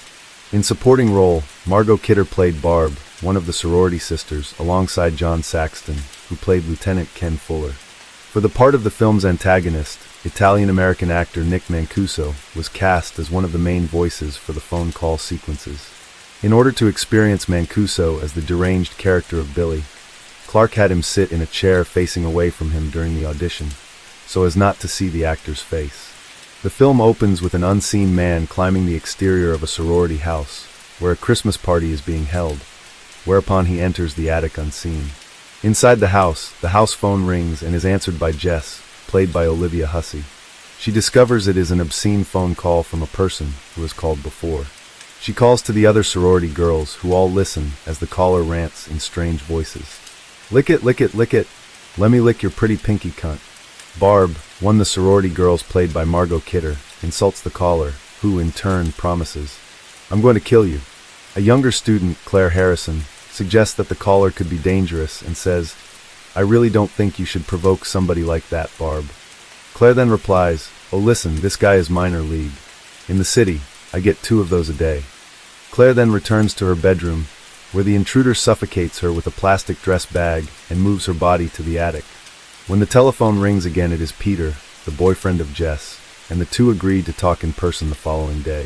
The following morning, Mr. Harrison, played by James Edmund, arrives at the Pi Kappa Sigma sorority house to pick up his daughter, but she fails to show. He talks with Mrs. McHenry, the house mother, who tells him Claire is most likely at the fraternity common room, and he agrees to drive her there. Jess meets with Peter and explains that she is pregnant but planning to get an abortion. This angers Peter, and they agree to discuss it later. Later that evening, the telephone rings once more, answered again by Jess. The caller shouts out the name Billy, and then talks in different voices while referring to Agnes and Billy. Jess hangs up abruptly. The next day, Mr. Harrison and 2 of the sorority sisters are in town attempting to report Claire as missing, but the desk sergeant doesn't take the report seriously. Jess talks with Chris Hayden, who says he hasn't seen Claire since the previous night. At the police station, Chris and Jess learn that a young local girl has also vanished while walking home from school. Back at the sorority house, after telling a drunken and argumentative Barb to go to bed, Mr. Harrison, Chris, Jess, and Phil go outside to help search for the missing girl. The police have organized a search of the park for the 2 missing girls, comprising of several dozen locals under the direction of Lieutenant Ken Fuller, played by John Saxon. Meanwhile, the house mother, Mrs. McHenry, enters the attic in search of Claude the cat and discovers Claire's body. The killer, hidden from view, throws a crane hook into her face, hanging and killing her, before manically trashing the attic in a rage. In the park, members of the search party find the missing girl's disfigured body. Back at the sorority house, Jess answers another obscene phone call, with the caller wailing and whimpering, "Please stop me," and screams the name Billy again. "I know what you did, Billy, filthy Billy." She tries to find the house mother, without success, and calls to file a report with the police, only for Peter to surprise her by jumping out from behind, emerging from upstairs. She tells him that a young girl was found murdered in the park, and that Claire is still missing. He tells her he is quitting and leaving, and attempts to persuade her into marriage, but she refuses and reaffirms her decision to have an abortion. He threatens that she will be sorry if she goes ahead with the abortion. As Peter leaves angrily, Lieutenant Fuller arrives with a telephone lineman to bug the phone. Fuller requests to see Claire's room, where he asks them questions about Claire's boyfriend Chris Hayden, and if she had any emotional problems. The police leave a marked police car outside the sorority house. After Fuller leaves, the deranged killer talks incoherently to Claire's corpse in the attic. Jess goes to help Barb after she wakes screaming after having a nightmare and suffers an asthma attack. While carol singers are outside, the killer moves to Barb's bedroom and their murders, stabbing her to death with a glass figurine. Jess experiences another unnerving phone call, in which the caller restates part of the argument she previously had with Peter. Lieutenant Fuller calls her to say the attempt to trace the call failed, and asks her about her boyfriend Peter. When talking to Phil, Jess worries that Peter could be responsible, but refuses to believe it.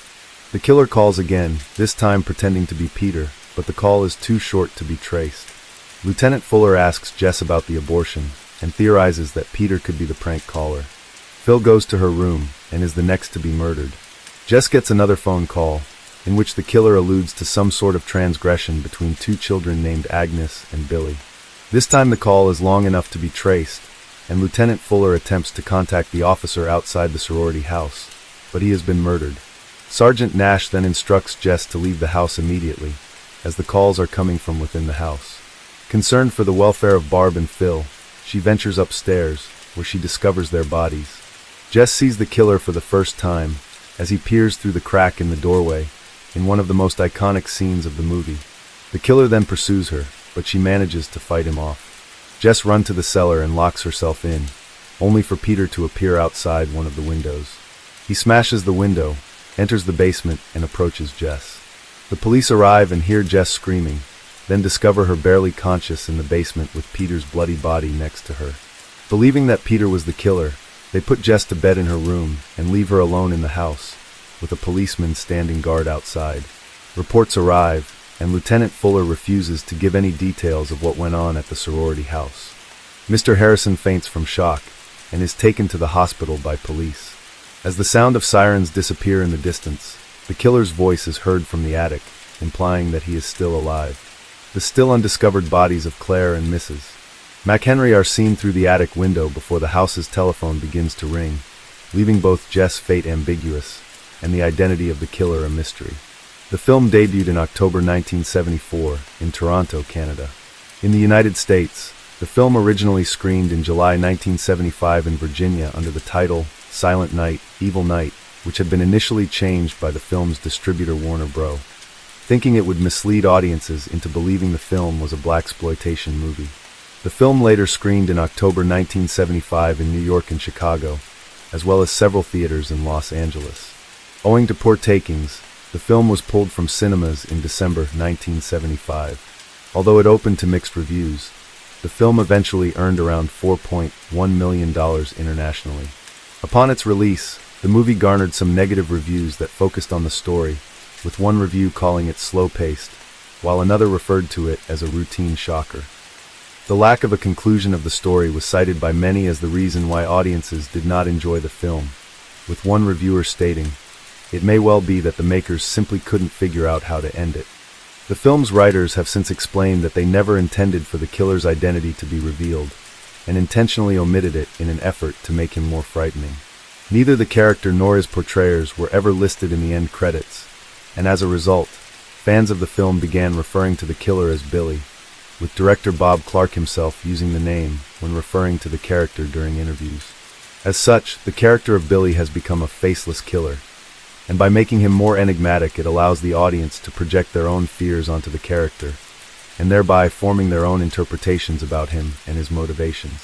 As a result, Billy is considered the primary influence on later horror characters of slasher movies, such as Michael Myers of John Carpenter's 1978 film Halloween. The film Black Christmas, under the title Stranger in the House, was scheduled to make its network television premiere on January 28, 1978, on NBC's weekly segment, Saturday Night at the Movies. However, 2 weeks before it was due to air, a crime eerily similar to the murders depicted in Black Christmas occurred. The Chi Omega sorority house on the Tallahassee campus of Florida State University was the scene of a brutal double murder, in which 2 Chi Omega sisters were bludgeoned to death while asleep in their beds. The killer then went to a nearby room of the sorority house and violently attacked 2 more sleeping students who survived. On January 15, 1978, a man entered the Chi Omega sorority house at around 2:45 a.m. and bludgeoned 21-year-old Margaret Bowman with a piece of oak firewood and then strangled her with a stocking. He then went to the room of 20-year-old Lisa Levy and beat her unconscious, breaking her collarbone. One of her nipples was torn off, she was bitten on the buttocks, then sexually assaulted with a Clairol hairspray bottle and strangled with a stocking. The intruder then entered the adjoining bedroom, occupied by 20-year-old Kathy Kleiner and her roommate, 21-year-old Karen Chandler, both of whom were sleeping soundly in their beds. The man assaulted Kleiner, breaking her jawbone and lacerating her shoulder, and then struck Chandler, who suffered a concussion and lost several teeth because her jaw had been broken in 3 places. When the headlights of a car which was dropping off housemate Nita Neary illuminated the sorority house, the man became startled and made his escape. The attacks had been overheard by several of the other girls in the house, who alerted the dorm mother and notified the police that an intruder was inside the residence. Karen Chandler staggered out of her room and into the hallway, with blood seeping from a head wound. Then Lisa Levy and Margaret Bowman were found dead in their beds, having suffered gruesome injuries. Although they survived, Karen Chandler and Kathy Kleiner had suffered life-changing injuries.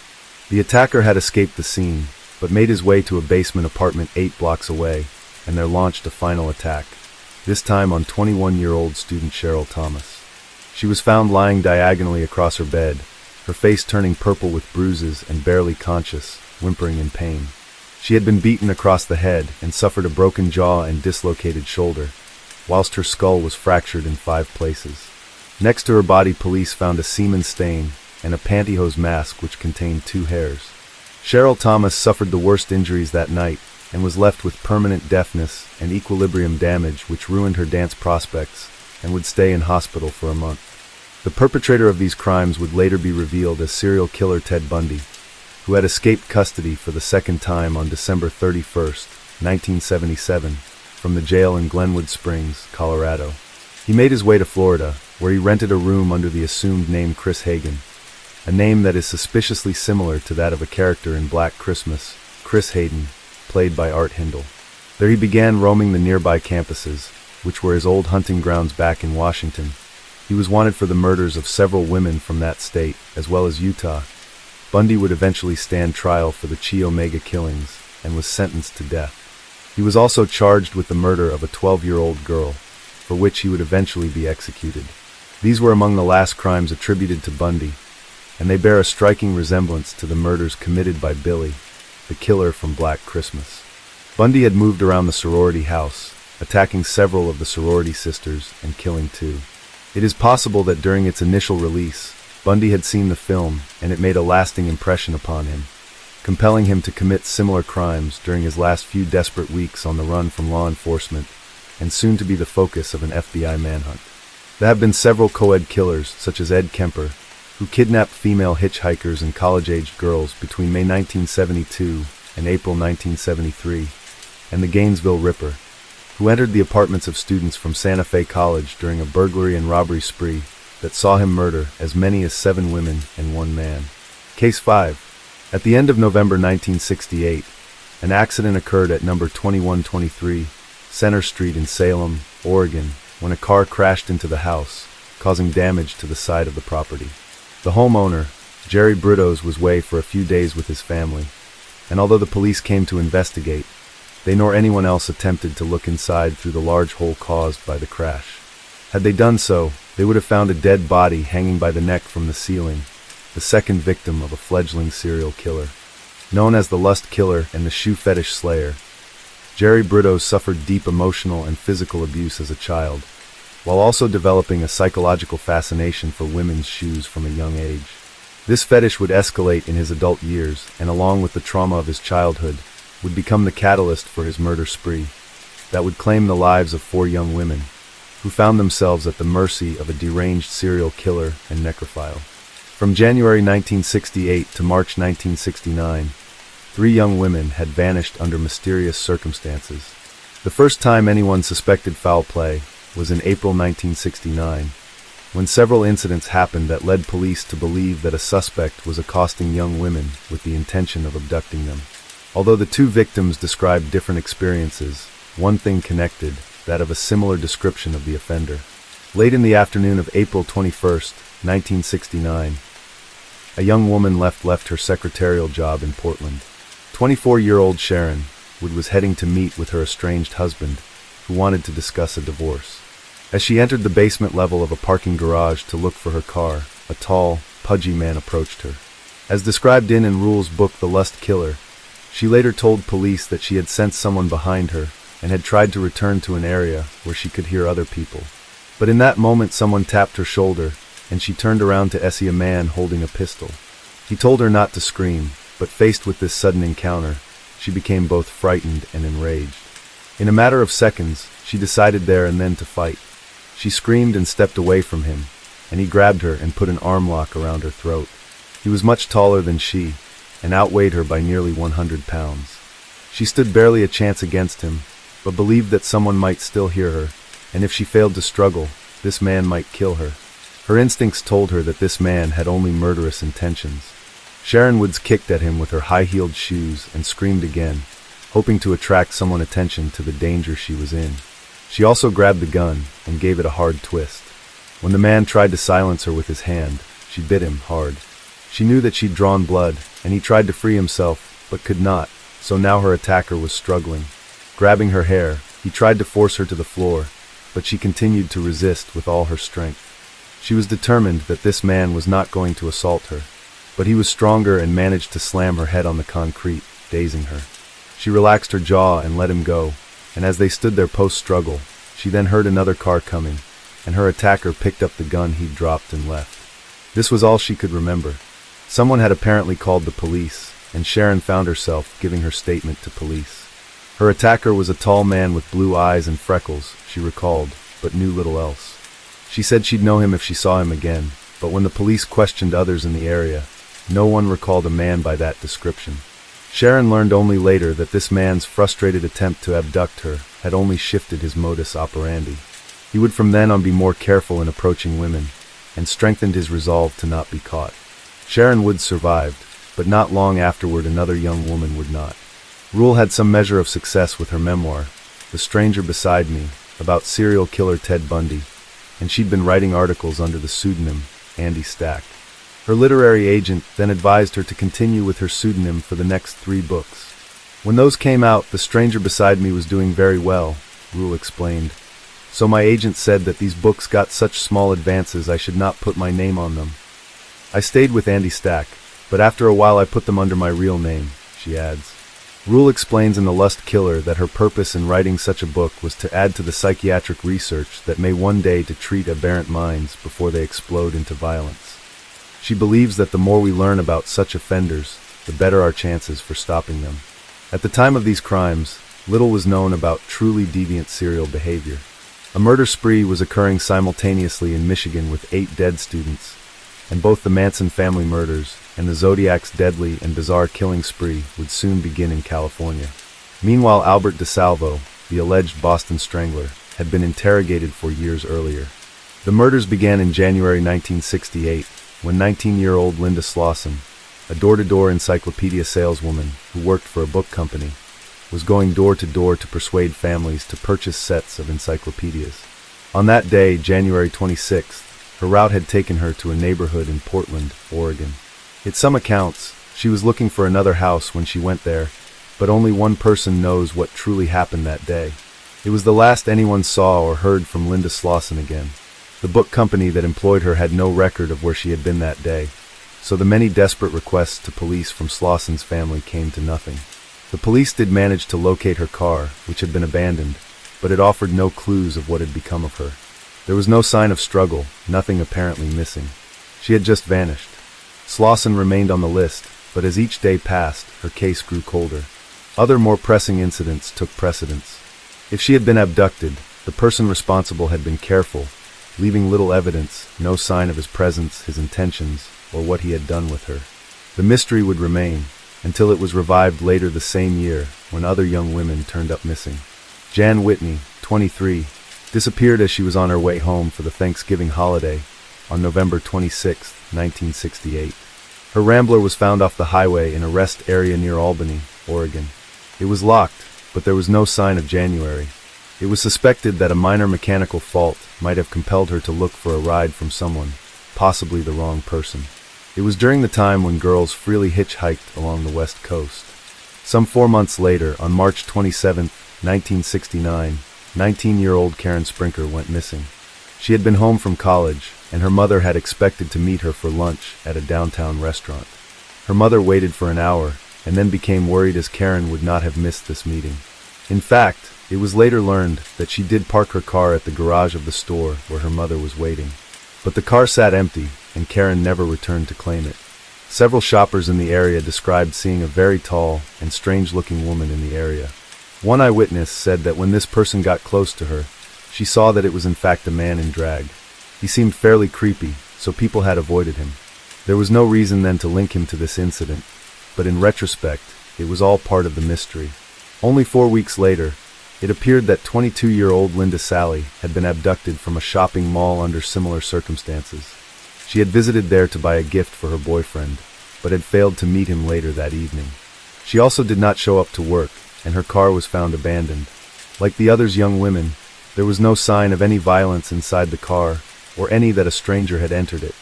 As a matter of routine procedure, her boyfriend was checked out, but nothing indicated that he should be considered a suspect. In the days following her disappearance, no sign of Sally turned up. There were simply no leads, like Karen Sprinker and Jan Whitney. She was just gone.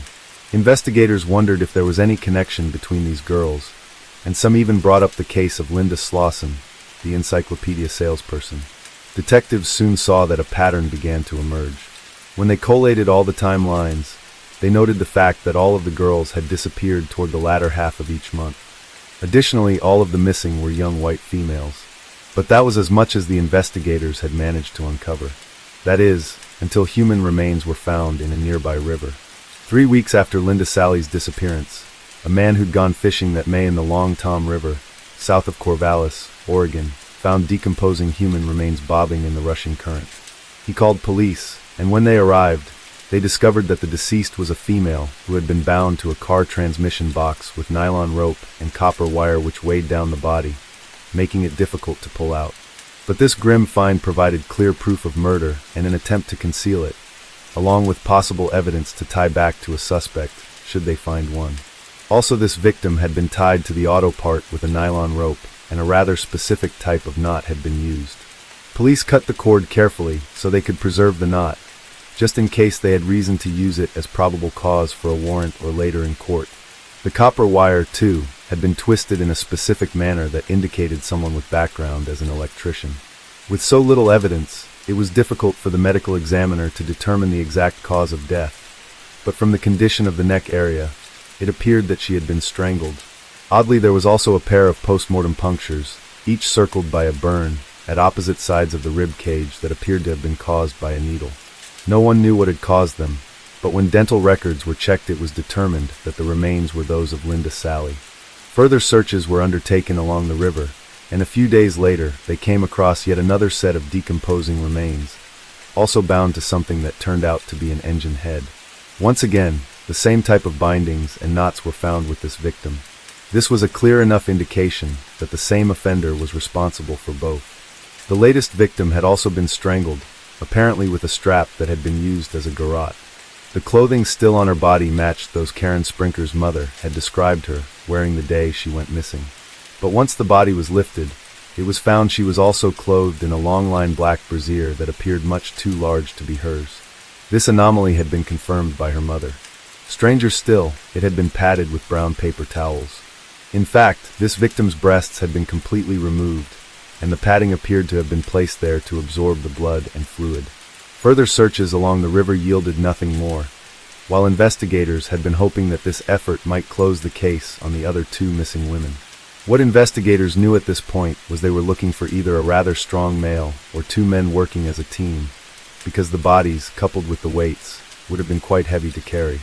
Because of Sprinker's college background, the police decided to question students on the Oregon State University campus in Corvallis, something that would prove too fortuitous in their search for answers. When detectives questioned the students at OSU, they learned that some of the female students had recently complained about getting strange calls from a man who attempted to lure them out. They also found reports of a suspicious red-haired man, described as somewhat pudgy, loitering around campus. But it would be one account that proved to be the most promising lead. One young woman had actually ventured out on a brief date with a man who claimed to be a lonely Vietnam veteran looking for company. Detectives thought this sounded promising. This girl told police she had no intention of seeing the man again, having found him to be a bit disconcerting, not to mention that he had wanted to discuss the recent discovery of bodies in the river. But detectives asked her to contact them should he call again. It was most likely the fact that the man had actually asked her why she wasn't afraid he might strangle her alerted police to his odd curiosity. Most intriguingly, it was her description of a tall man with light-colored hair and a lot of freckles that proved similar to those given by women who had nearly been abducted in recent days. Police hoped he would contact this young woman again, and to her surprise, he did. She promptly set a date for an hour's time and then phoned the police. When they went to the designated meeting place, they spotted a tall, pudgy man enter. Upon approaching him, they learned that his name was Jerry Brudos. While they believed he was a potential suspect, he seemed completely at ease, as if he had nothing untoward to hide. This might be evidence of his innocence, or that he was equally as clever, arrogant, and without remorse for his misdeeds. As they had nothing with which to detain him, they decided to keep him under surveillance. Having learned where he lived in the area, along with the significant fact that he had worked as an electrician, detectives set out to research his background and find out everything they could about this possible suspect. Within 5 days, as the many coincidences began to pile up, they finally decided to arrest Brudos. Born on January 31, 1939, in South Dakota, the parents of Jerome Henry Brudos had traveled around the country for some years before finally ending up in Oregon. By all accounts, his mother had not wanted him after already having had 2 boys, and apparently had hoped for a girl. She treated her third-born son with criticism and disdain. Often spending his time alone, Brudos developed a fantasy life and habits that by the age of 17 got him in trouble with the law. These generally involved a sexual fetish for women's shoes and underclothing. Harold Schechter explains in his book The Serial Killer Files. Exactly how Brudos became a foot fetishist is a mystery. One thing is certain, however. He began to manifest the obsession at a startlingly early age. His discovery of a pair of women's spike-heeled shoes at a local dump when he was 5 years old was most likely the starting point. However, it was likely not due to the shoes themselves, but was more his mother's strong reaction to seeing him wearing them in his bedroom. She instantly grabbed them, destroyed them, and told him in no uncertain terms that such things were wicked.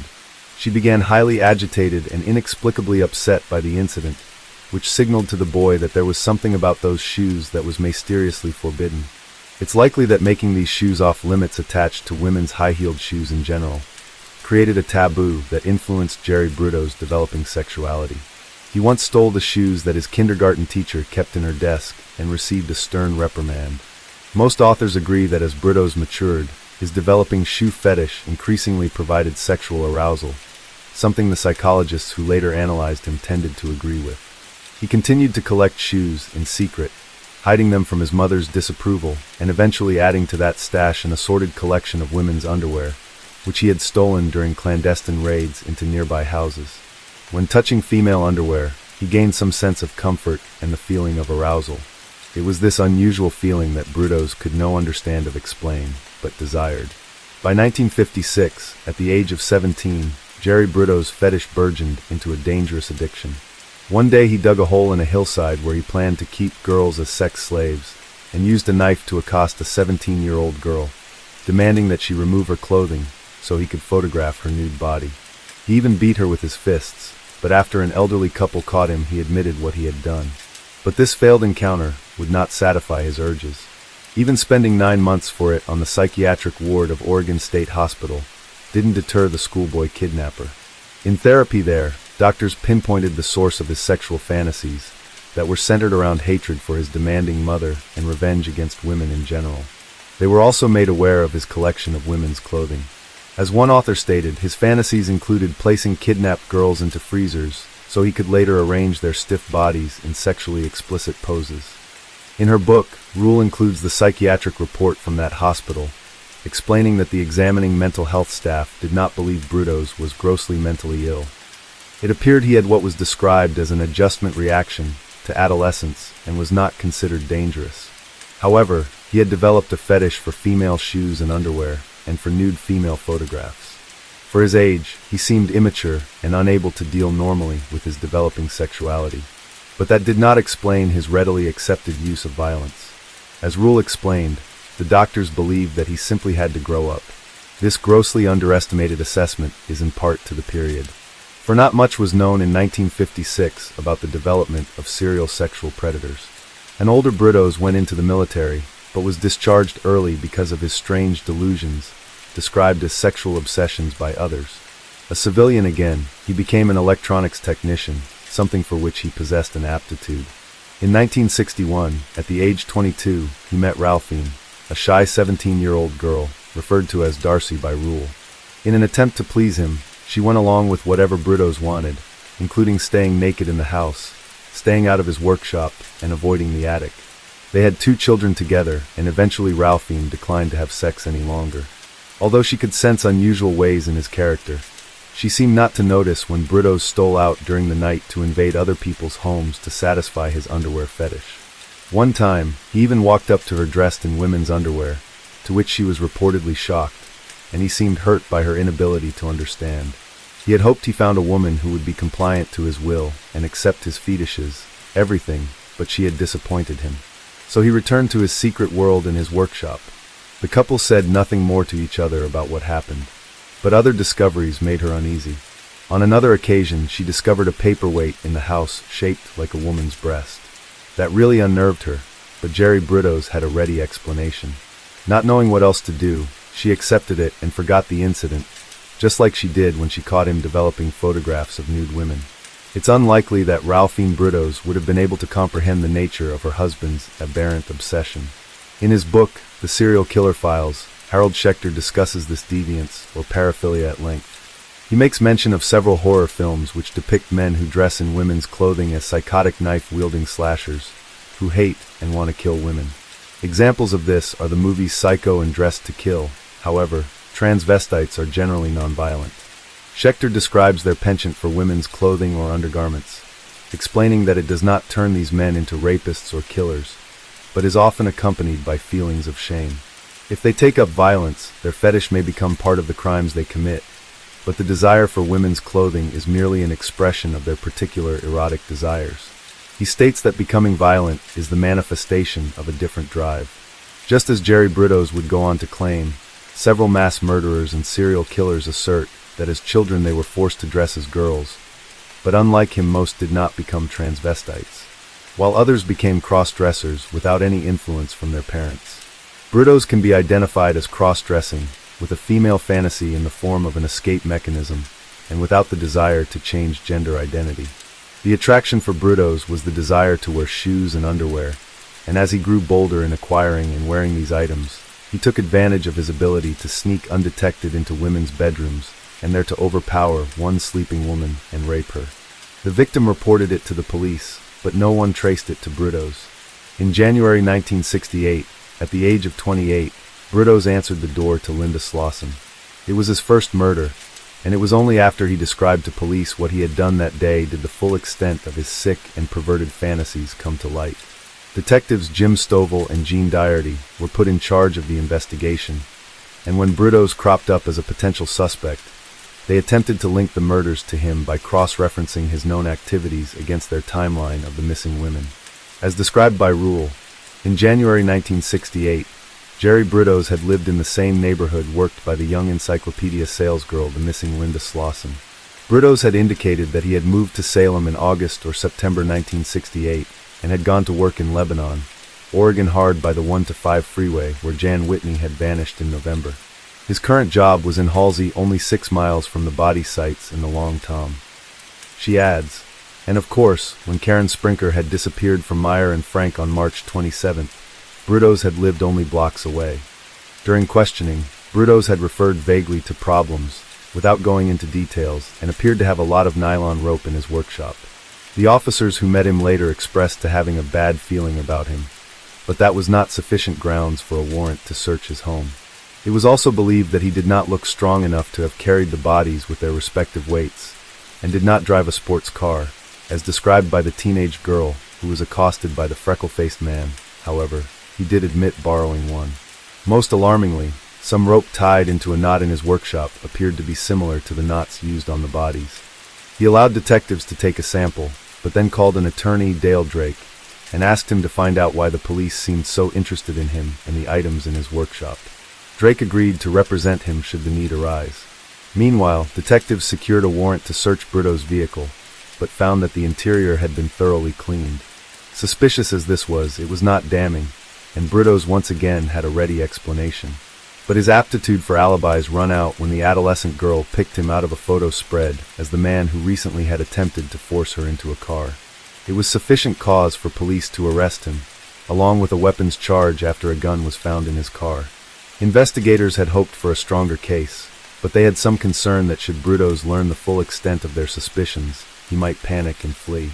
One day when he and Ralphine drove to Portland, the cops moved in. After his arrest that day, May 30th, 1969, he agreed to submit to an interrogation. During the routine search, he was found to be wearing women's panties. In a series of stops and false starts, and despite his attorney warning him against talking, Bruttos offered a startlingly frank confession and invited detectives into his secret world. Less than a decade earlier, in 1960, Alfred Hitchcock's Psycho was released. The film was loosely based on the horrific story of Ed Gein, and showed the demented, mother-dominated nerd Norman Bates, played by Anthony Perkins, who could present a personable front as a hotel proprietor, while harboring a compulsion to fatally stab a female guest who aroused him. Gein had been told that any woman other than his mother was impure. Bates was, in effect, killing an unacceptable part of himself. When revealed that his mother had passed away, murdered by Norman himself, who dressed as her to commit murder. His condition of multiple personality disorder shocked the nation, especially with the added twist of its creepy cross-gendered manifestation. Now sitting before them, police were about to see something like the real thing, only without the excuse of mental illness. Unexpectedly, as Bruttos admitted to his crimes and provided details, it became evident to detectives that he thoroughly relished describing his fetish for shoes and undergarments. As he described these things at length, he grew more excited, somehow hoping that he could convince his interrogators of the joys of indulging in such desires, but they just listened intently. It was soon evident that from January 1968 to April 1969, Bruttos killed 4 women. Some newspaper reports have indicated there were 5 victims, but a 5th incident was never matched to the MO, and under questioning Bruttos denied knowing the victim. He also admitted to attacking or attempting to kill several more. Most of what is known about his deadly encounters with these victims has come from his confessions, which he gave freely over a period of 3 days. Although Bruttos mourned his fate and felt badly for his wife and kids, the detectives who interrogated him noted his complete absence of guilt or remorse, and noted the fact that he never lost his appetite, despite giving vivid and grotesque descriptions of his crimes. He admitted to murdering and mutilated 4 of the women, then throwing their bodies into a river after he cut parts and kept them. His first victim, Linda Slauson, was missing her left foot when her body was found. This he kept for a while after he disposed of the rest of her, using the foot to try shoes on it and taking photographs. 2 other women had their breasts removed by Bruttos, for reasons he would later explain, and he also photographed them while having their lifeless bodies under his power. Most shockingly, he admitted to committing necrophilic acts by having sex with their bodies. He told how Linda Slauson, who had naively followed him to the workshop out the back of the house to pitch her encyclopedias, had been hit by him with a 2x4 hard enough to knock her out. She was then strangled, all while his wife, children and mother lived in the very same house with him. In that moment, he had a dead girl on the floor of his workshop, something he had fantasized about for a long time. He remained calm and collected, speaking with family members and urging them to go out and get some dinner at a fast food place. Unlike most serial killers, Jerry Bruttos' first murder went against every instinct a killer has to get rid of the body and get as far away from the scene of the crime as humanely possible.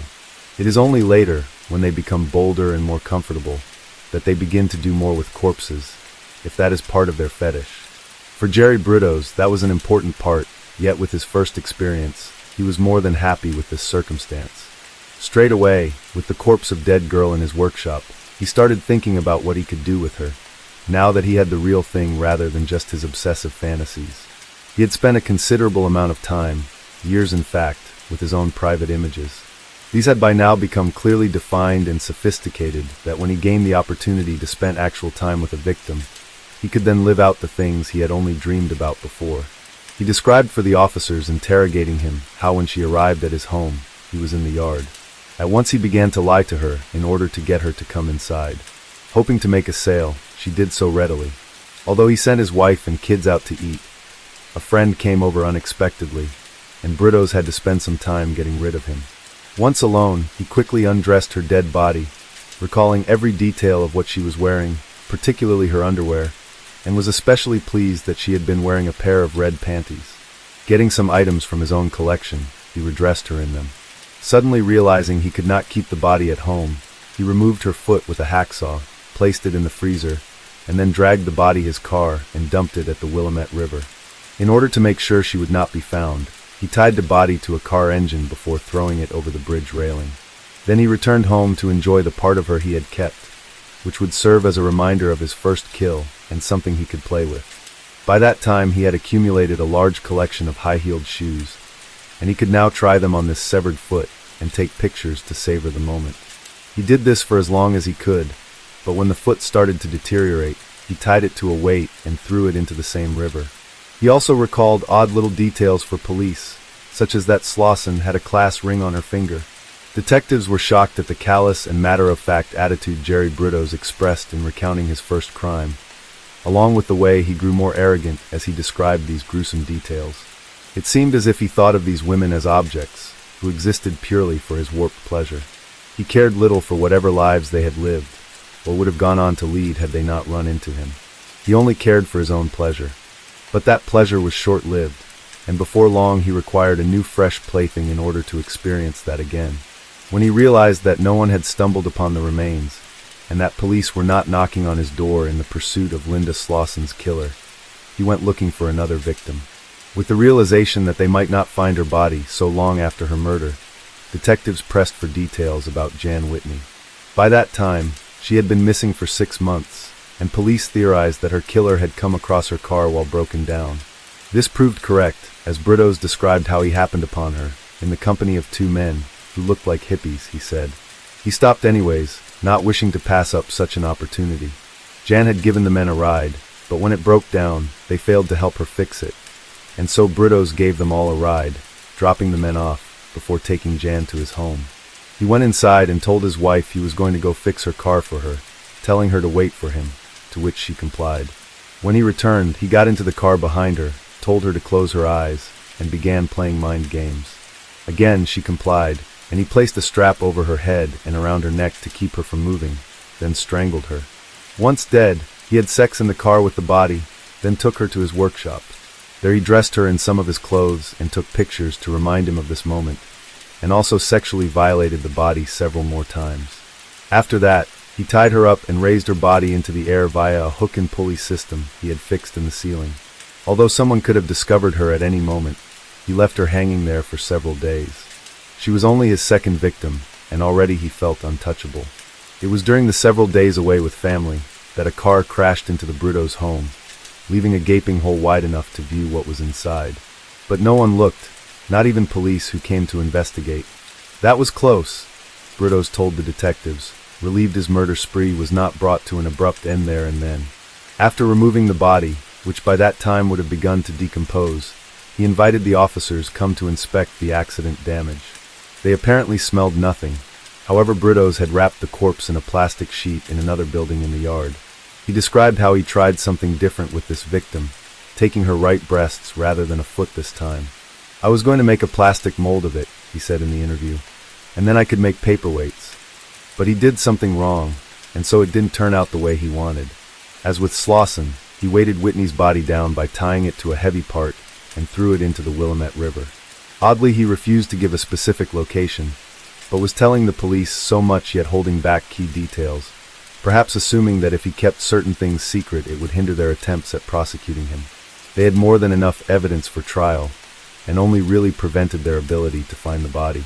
It was 4 months later when he went looking for his next victim. He encountered 18-year-old Karen Sprinker at the department store where she'd gone to meet her mother. He had first tried for another victim and missed, so had settled on Karen, although he commented to detectives he had not liked the shoes she was wearing. Dressed in women's clothing and armed with a pistol, he forced her into his car, and they went right to his home. In his workshop he raped and forced her to pose, making her try on his collection of undergarments and pose while he took photographs. When satisfied, he killed her by hanging her by the neck from his hook. Finally, he subjected the corpse to the same indignities he'd imposed on the others, before he removed both breasts and dressed her in the long-line bra that was too large for her. He stuffed it to keep her from bleeding in his car and to make the bra look correct. He then had sex with the body again and attempted to make plastic molds using her severed breasts. As with his previous victim, he would try again and still fail. Afterwards, he employed his usual method, so the body would never be recovered, tying it to a 6-cylinder car engine with nylon cord before throwing it in the Willamette River. After the killing of Karen Sprinker, Britos made 2 attempts at ensnaring further victims, failing in his April 1969 abduction of Sharon Wood, and the following day, he was also hampered in his bid to kidnap young Gloria Jean Smith. Not wishing to lose another intended victim, Britos used a fake police badge and the threat of arrest for shoplifting to make 22-year-old Linda Sally do what he wanted. While she remained bound in his workshop, Britos had dinner with his family, during which she did not try to escape. But when he returned and attempted to strangle her with the strap, she fought him. He raped her as she was strangled to death, and afterwards used wires he stuck into her rib cage in an attempt to try and make her dance with an electrical current. This apparently did not work as he had planned. With these shocking confessions, it was reported in the local papers that Jerry Britos was charged with first-degree murder on June 2, 1969, in the death of Karen Sprinker. As police prepared a search warrant, Brudos was smug in the knowledge that any incriminating evidence had been removed from his workshop. He had gave his wife explicit instructions to burn his stash of female clothing. But Brudos was in for a shock, as Ralphine had not complied. A police search team then descended on the Brudos home in the 3100 block of Center Street, in an effort to locate items that might link him to one or more of the victims, as well as the intention of learning more about the man they were dealing with. They were not prepared for what they discovered. They took photographs of everything, including the hook and pulley in the ceiling used to hoist bodies into the air. They found the possible murder weapons, the nylon cord, and a leather strap that might have been used to strangle the life out of these young women. On a shelf they came across a mold made from the gruesome paperweight that Brudos had described making from a female breast. Searching further, they found his secret cache of women's shoes in various sizes and many styles of underwear, bras, girdles, panties, and slips, as well as a collection of photographs. Some featured Brudos in female underwear, but the most important ones contained horrifying images of his victims before and after death. One depicted the body of a woman suspended from the hook and pulley with a black hood over her head, while another body had been dressed in several different garments and photographed. Quite often, Brudos had cut the heads out of the pictures so he could enjoy the anonymous female form. But one photograph in particular caught their attention, and was the one that would secure the case for the prosecution against the depraved murderer. As described by Rule, it was of a girl's body, clothed in a black lace slip and panties with garters, hung suspended from the ceiling. The camera angled up to her crotch reflected in a mirror on the floor. In the lower corner of the photo, there was the frozen image of a killer, caught unawares in the mirror. It was Brudos, looking at the woman he had just murdered. Police now had solid physical evidence against their main suspect, and had also confirmed details from a survivor of a rape that Brudos had admitted to, although this woman had been unable to identify her attacker. During that incident, she had lost several pairs of shoes and some underwear. Some sources claim that neither Slauson's nor Whitney's bodies were found, while according Rule, Jan Whitney's remains were recovered in the summer of 1970. It was time for the legal process to decide Brudos' fate. Although two victims' bodies were never recovered, the district attorney had sufficient evidence in 1969 in the other cases to go forward. Prosecutors had the photographs of his depraved crimes, along with the confession, and on June 4, 1969, Jerry Brudos was arraigned. He was soon charged with additional crimes, those of the murders of Jan Whitney and Linda Sally. He was defended by Dale Drake, who was assisted by high-powered criminal lawyer George Roten. The defense and many observers expected the trial to be a fairly long and drawn-out affair, since the prosecution had an extensive witness list and an extensive collection of evidence. In response, the defense attorneys formulated a strategy based on a mental illness, since knew they could not get around Brudos' actual guilt. Brudos pleaded not guilty, and quite reluctantly, because he believed himself a genius, as not guilty by reason of insanity. This would mean that he would be processed through mental health assessments from both sides. It was during these meetings with psychiatrists that he attempted with crying and tears to convince them that he was merely the victim of an abusive mother, but most saw through this act and realized he just felt sorry for himself. He recounted an accident he suffered in 1967, when while repairing a device he had contacted a live wire, which had knocked him off his feet.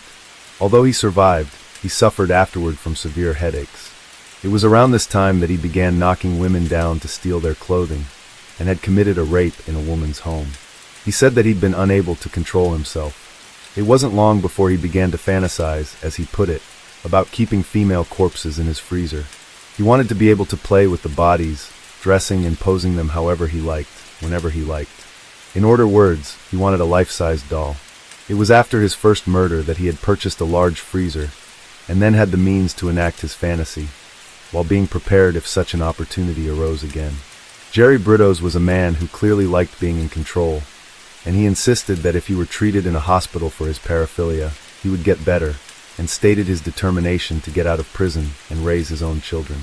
He was oblivious to the seriousness of the situation he now found himself in, but appeared neither confused or disoriented. Revealing no sense of remorse, he maintained an arrogant attitude towards his crimes.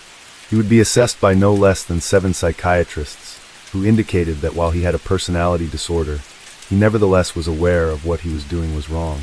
With this professional diagnosis, Brudos would not be considered legally insane, but rather suffered from antisocial personality. This, in addition to the paraphilias of a deviant nature that he indulged with his victims. But they were in agreement. He was not psychotic. He had certainly known what he was doing to these girls, and that it was both illegal and wrong. He was undoubtedly a danger to society, and there was no question that his condition could be cured and he'd be rehabilitated. After consulting with his attorneys, who saw no way to get their client off, Brudos changed his plea to guilty in the murders of Jan Whitney, Karen Sprinker, and Linda Sally, all from Salem. For his crimes, Jerry Brudos was sentenced to 3 consecutive terms of life imprisonment with the chance for parole. During the proceedings, he also admitted to a 4th murder in Multnomah County, but the body of Linda Slauson was never found, and he was not prosecuted in the case. In a shocking twist to the case, Brudos' wife was arrested and tried as his accomplice, after a neighbor claimed to have actually seen Ralphine help Brudos with a victim, but her testimony was discredited. As reported by the Seattle Times, Jerry forbade her from visiting the garage. She had to call him on the intercom when she wanted something from the freezer. It was possible that she knew the horrible things her husband had done, or perhaps she just didn't want to know or admit that such unspeakable crimes happened in her own home. "He has to be sick," she said of her husband after his convictions. "I don't think any person in his right mind could do the things he did and not be sick. I don't have the ability to know the extent of his sickness, but I know he is ill." The 25-year-old housewife and mother had expressed amazement that people had filled the courtroom every day of her trial. Why would they sit there day after day, she wondered. I can see one day maybe to see what I looked like. There hadn't been any pictures of me in the newspapers before then, but I couldn't sit and watch something like that. Since there was no evidence that Ralphine knew about or participated in any of her husband's crimes, however difficult that was for many to believe, a jury acquitted Ralphine of first-degree murder charges in October 1969. In 1970, Ralphine Brudos ended her 8-year marriage to Jerry, changed her name, and moved with the children to an unknown location. As Rule puts it, she too was a victim and would most likely have wanted to put the entire experience behind her. It is possible that she would never forget. It is likely she just wanted to put the whole thing behind her, although she would probably never forget her inadvertent discoveries of his cross-dressing habit and that paperweight. By August 1970, Jerry Brudos insisted that the court should not have accepted his guilty plea to 3 first-degree murders, and thus should not have imposed consecutive life sentences. The Oregon Court of Appeals published an opinion on Brudos' petition for a rehearing, the brief having been filed by Gary Babcock. His attorney argued that once a person has received a life sentence for an offense, all consecutive life sentences must run concurrent with it. Brudos claimed Ralphine convinced me to sign the confessions to protect her and their 2 children. The response from the court explained that they could not consider the defendant's first claim of error on direct appeal, and the defendant instead had to present his grounds for setting aside his pleas of guilty within the appropriate legislative framework. In a nutshell, his appeal was denied, as were any and all subsequent appeals, including the one in which he claimed he'd suffered from hypoglycemia when offering his guilty plea. Having been in prison longer than any other inmate in Oregon, Brudos periodically comes up for parole, something that results in a flurry of protesting letters from Oregon residents to the parole board to prevent him from gaining his freedom. Brudos makes his plea, insisting that he's no longer a threat to society, and even goes so far as to claim he did not commit the murders. In his many appeals to the board, he tried to mitigate his crimes by blaming his mother's abuse and neglect, and mentioned having blackouts during his crime spree, indicating that at the time the world had seemed increasingly less real to him. In 1995, the parole board voted to keep him in prison for life. However, Brudos still came up for it every 2 years, in a misguided view that one day he will be free. Yet he has shown no remorse. As reported in an Associated Press article, Brudos still refused Thursday to say why he'd killed, contending that he would be in danger if he did. He told board members that he was ready to join society, that in more than 30 years at Oregon State Penitentiary, he had availed himself of every possible rehabilitation program for sex-offending murderers. Brudos was then quoted as saying, "I think I've got a whole new personality." A reporter for the Oregonian said that Brudos is certain he won't kill again, but he won't say why. The article went on to recount an encounter with Brudos by a young woman on a tour of the prison. When he took her hand, she felt that something wasn't right in the way he looked at her and jerked it away. The encounter chilled her. "Humans have an instinct," says the reporter, "and it is important to heed it. Lives depend on it." But Brudos himself indicated that his own life depended on divulging nothing in the presence of reporters who attended the parole hearings. "These people here will get me killed," he was quoted in the Corvallis Gazette-Times. He firmly believed that any publicity of the crimes he committed more than 30 years ago might inspire violence against him within the prison. In August 2003, Jerry Brudos once again sought his freedom, and as they have done in the past, the parole board members once again denied his request. This time they made their decision after only a half-hour interview with the convicted killer, explaining that they did not need a full hearing. This decision was applauded by the Gazette-Times, who stated that a man who could mutilate and murder 5 sick, young women, they decided, was not a likely candidate for responsible citizenship, especially since he did it all without ever alerting his wife to the devious acts he performed inside his home-based workshop. Within prison, Brudos was considered a model patient who consistently denies his crimes and is allowed to walk around the prison unsupervised.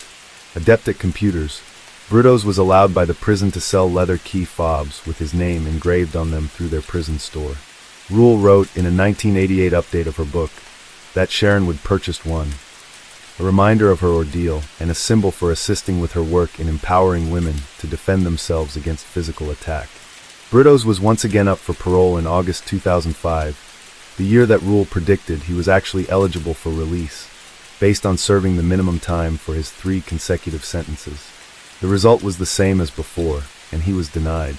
Under the dated Oregon system, he will come up for a hearing every 2 years until he dies or gains his freedom.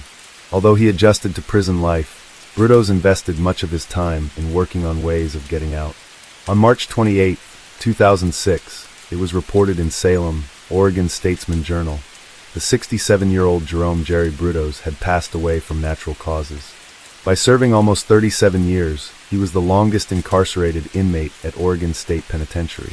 At the time of Brudos' mid-1969 guilty plea to the strangulation murders of 3 young women, for which he was convicted and imprisoned, and Rule predicted that he would be in prison for about 36 years. It is understood that his time in prison was uneventful, with Brudos apparently a model prisoner. Brudos, who was noted as a computer expert in prison, always held out hope for release, and went before the parole board at regular intervals and insisted he was no longer a danger to society. His release was always denied, however, because he never expressed remorse for his crimes, blaming his lethal act on his mother's abuse. At times, he even recanted his confessions and said he was not guilty, but also admitted that killing had relieved stress. Despite always being denied parole, over the years he received privileges in the prison, including unsupervised mobility. Some reports indicate that he had been treated for colon cancer, and during the week before his death was admitted to the prison infirmary. Guards found him dead in his bed around 5:10 a.m. on that March morning. Case 6. The grisly realness of street violence is one of the defining features John Singleton's classic film Boys in the Hood. It is a coming-of-age story depicting black youths trying to navigate life in inner-city gangland. It is one of the defining films which captures gang life in 90s Los Angeles. Even today, the film serves as a harrowing reminder of how gang criminality and violence can suddenly and cruelly sweep up even the most promising youth and destroy lives. Yet even after viewing the film, few could imagine how closely life would imitate art for 2 young men, the Avery brothers Ch and Lloyd too, both of who worked on the film. The eldest of the 2 Avery brothers was Ch Avery. His early life would draw eerie parallels to the protagonist of Boys in the Hood, Trey Styles. Similar to the film's depiction of Trey Styles, Ch Avery was a model student with a bright future and seemingly limitless potential. Yet despite his family's best efforts to protect him from street life, Ch would willingly take a dark turn towards gang affiliation. He eventually found himself trapped in the world of gangland crime and mayhem. Ch's embrace of the gangster lifestyle was brought on, in large part, by the company he surrounded himself with and the choices he willingly made. Born on October 7, 1971, in Los Angeles, California, Ch Avery was raised by loving parents Lloyd Sr. and Linda Avery. Ch was the middle child of 5 siblings. His parents had struggled greatly to work themselves out of near poverty in their early lives.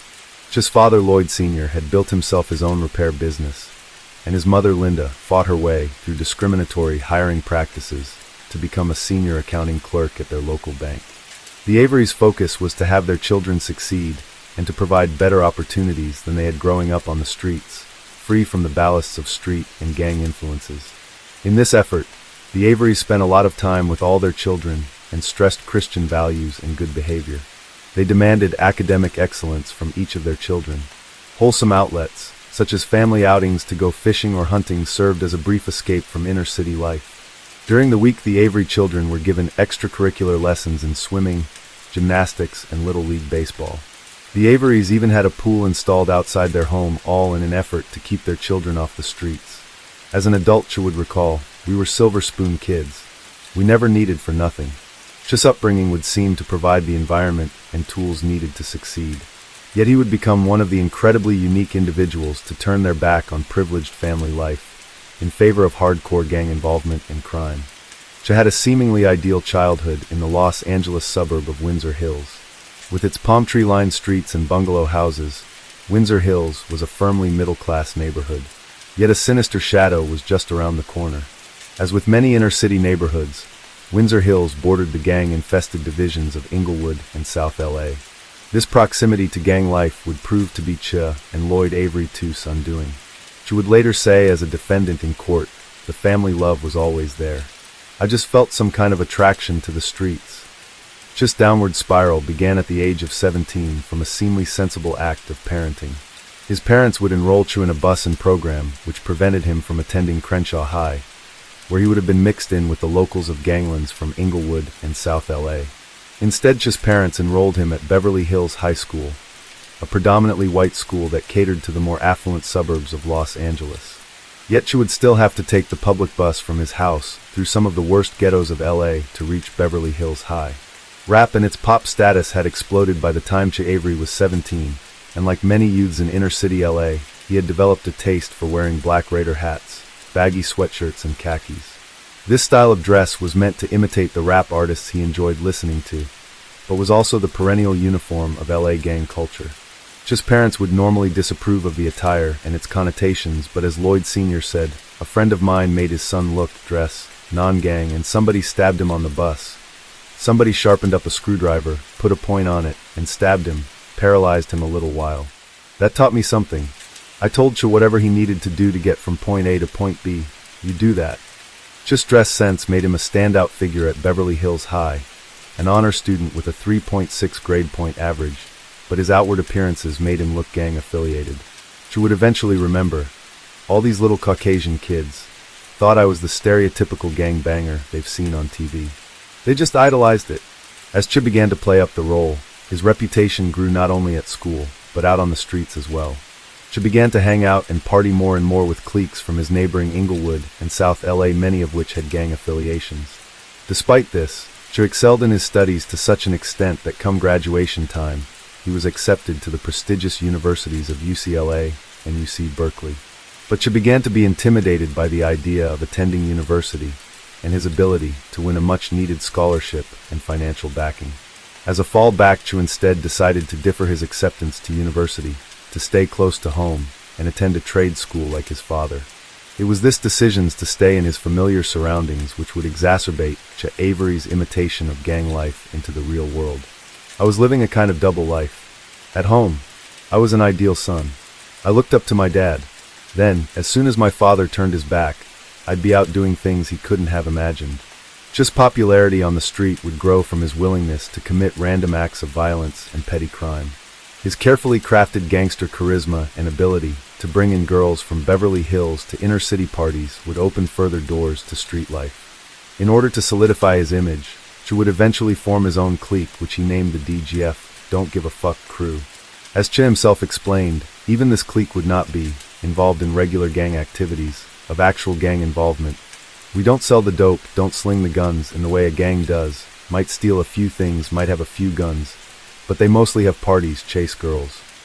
But Cha was consciously building his reputation hardened street thug. A schoolmate, Doran Reed, would recall about Cha during this time. Cha once came to a party with Lloyd too and I. This whole other gang is there. All of a sudden, Cha starts throwing rocks at them. The other gang was like, what the fuck is going on? One of them recognizes Cha and was like, Cha, I'll let it go. That whole gang was there, and they didn't fuck with Cha. That's a little insight into how crazy Cha was. Cha's street credit only continued to rise. His success in the creation of DGF would only make the lure of gang life even more appealing for Che. With the same drive he pursued academic excellence, Che deliberately set his sights on membership and status within elite gang circles. This decision led him to his local chapter of the Rollin 60s Crips, a subdivision of the West Side Crips criminal network, one of the most violent gangs in the United States at the time. Che was seduced by the Rollin 60 status, reputation, and the ultra street credit that came with Crips affiliation. The atmosphere, putting yourself in danger, the illegal activities. "I can't explain it," he said. "I just wanted to fit in with them. I wanted to be part of the best." In 1990, Che made inroads with the Rollin 60s, and his sustained involvement put him on a path to full initiation. If you wanted to establish yourself as someone in your hood to be reckoned with, if you wanted to earn your stripes, or even give your neighborhood a name, if you're from a neighborhood and you already have a reputation of being troublemakers or being the toughest, then you have to not only defend your neighborhood, but let's go over here to such and such's neighborhood and put in work without saying too much. Put in work, terrorize them, whatever comes with that. To this day, Che never speaks of his crimes as a prospect for Rollin 60s. Little is known about the specifics of the work Che put in for the Crips gang during this time, but his efforts resulted in his full initiation into his local Rollin 60s chapter, and he earned the name Blood Killer, or BK for short. Che was welcomed into the gang, but the celebration was short-lived as he quickly realized the true danger of outlaw life. Weeks after initiation into the Rollin 60s, one of his local clique's youngest members was horrifically gunned down in broad daylight. Jason Jones, a child of only 14 years of age, was waiting for his friends by a gas station. Even deep Rollin 60s turf was no protection from drive-by shootings. A rival gang from neighboring Compton would roll up on Jones, shooting him over 72 times with semi-automatic weapons. The July 1990 slaying of Jones enraged Avery, and on a deeper level the systemic failure of local authorities to manage any leads in the case, which was soon consigned to the pile of unsolved murder cases. This would be the first in a myriad of gangland killings that Che would find himself mired in. Later that year, Che's best friend and Rollin 60's associate Terrence Ferris was killed by gunfire while in his parked car. Che was once again beset by anger and a sense of injustice that nothing was done by law enforcement to bring Ferris's killers to justice. These emotions were temporarily offset by the unexpected opportunity to work on the film Boys in the Hood, which both Che and his younger brother Lloyd Avery too would contribute. Che's dress sense and knowledge of street culture earned him a place as an unofficial film consultant. This temporary respite from the violent unpredictability of gang life was short-lived. Only a few months after shooting on the film ended, Che's friend and mentor Earl Little Looney Williams was gunned down by a rival clique of Rollin 60s. Intragang rivalries often occur in expansive criminal networks, and the Rollin 60s Crips were no exception to this. According to Che, Williams was challenged to a fist fight by a neighboring Rollin 60s clique as punishment for not putting in work for the gang. Yet when Williams showed up for the fight, he was met with a hail of bullets. The murder of yet another friend pulled Che even deeper into his downward spiral of criminality and rage. Che began carrying a .22 caliber revolver at all times. Driving in his car while drunk, Che would find opportunistic crimes to commit with his sidearm. This would soon lead to a full-on crime spree of stick-up robberies, mainly targeting jewelry and jackets. Che would later claim he did these crimes out of a sense of rage and indignity to the system, which allowed public murders of his good friends go unsolved. Che would give away most of his robbery hauls, yet continued his terrorizing string of armed robberies. The money, the material things, didn't give me as much satisfaction as seeing people scared, Che would claim in court. I wanted to see somebody else feel the same pain and frustration that I was feeling. The life of crime would finally catch up with Che in 1991, after a failed robbery led to Avery's arrest. He was quickly identified and linked to 2 earlier criminal incidents. He spent 7 months in jail before pleading guilty on all 9 felony charges of armed robbery. During his sentencing, Court Judge Charles E. Horan struggled to understand how gang life could exert such influence over a teen of such intelligence and promise. Judge Horan would ask how a kid who is not in any real way disadvantaged, a kid who has not been abused, beaten, molested, a kid who has been taken to school by his parents, who's been clothed, fed and loved and taken to church, all of a sudden, at age 19 or 20, decides that the family values or law is of less importance to him than gang values. Avery could offer no explanation except the attraction of street life. His time in holding before the trial, Avery had plenty to consider. How had a young life of such promise and ambition lead here? Despite his decision to pursue a life of gang involvement and crime, still respected his parents most, especially his father. The guilt and remorse he felt was overwhelming. An adult would later explain, all of the stupid nights just doing stupid shit, every fucking night, just senseless, brother. From his time in holding waiting trial, would assess the path that landed him in jail. Frequent visits from his parents helped realize the emptiness of gang life, a path which only lead two ways, prison or death. As quickly as adopted the ways of street life and criminality, he again swore off them all. Avery would make an on-the-record denouncement of his own gang culture and asked forgiveness from his parents, who even now supported him in this most difficult moment in his life. Such was the conviction of renouncement of gangs and crime. He fully acknowledged culpability in it all. Would astonish both judge and jury during a sentencing hearing on June 2nd by interrupting the prosecutor during a cross-examination. "I know I was wrong," he shouted tearfully. "I know I have to do time, without a doubt. There's a lot of temptation on the streets. The attraction to the lifestyle is so strong. The peer pressure is so strong. Kids feel like they have something to prove to everyone except the right people." Over the next several years, would be transported to several different prisons within the Californian state penal system. He eventually became a resident in the notorious Chino Prison, California Institution for Men, and was drafted into mandatory prison labor as a forest firefighter, during which he fought wildfires with other Chino inmates. Time in Chino was not an easy one. Violence and gang retribution were a constant threat. Being unaffiliated with a gang while incarcerated was a prospective invitation for robbery, beatings and rape at the hands of his fellow inmates. It was savvy street smarts and intelligence that kept his head above water. A Mexican gang robbed him at knife point, and when a cellmate ratted him out for sharpening shanks, she even spent time in the infamous Chino hole. But despite the hardships of incarceration, she would come to fully change his mindset and his ways. He befriended former members of rival street gangs, and would take up the trade of carpentry and cabinet making. Fully expected to come back to a straight life and back to his family values once related. One thing he had not counted on was his younger brother Lloyd Avery, following him into the downward spiral of gang life, crime and murder. As put it, "When I went to jail, Lloyd was a goody two-shoes. By the time I got out, he already had a case." Only there would be no redemption for his younger brother Lloyd. Lloyd Avery, too, would eventually have multiple cases against him by the time his brother was released from prison. Even afterwards, further charges would include burglary, weapons possession, and battery. Lloyd Avery, too,'s path towards gang life would be even faster and more nefarious than his brother's. After making a cameo role in Boys in the Hood, as the gunman who kills the character Ricky Baker, he would rise to prominence within the LA ganglands. Lloyd was bestowed an unearned street credit of sorts due to his role as a shotgun wheedling blood. Lloyd made appearances in several other films which only entrenched his reputation as a gangbanger and bizarrely his standing in actual gang circles. "No one could put their finger on it," says Doran Reed, the brother of Lloyd's close friend. "People that knew Lloyd were like, what the fuck? How did Lloyd turn into a gangster?"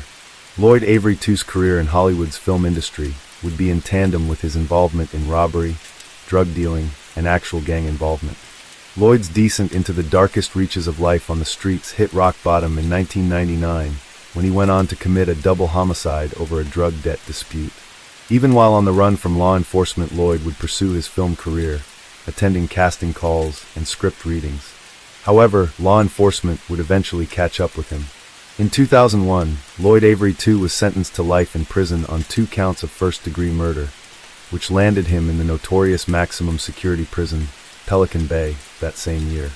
"When I think back on Lloyd, I think it's one of the greatest missed opportunities," Roth says.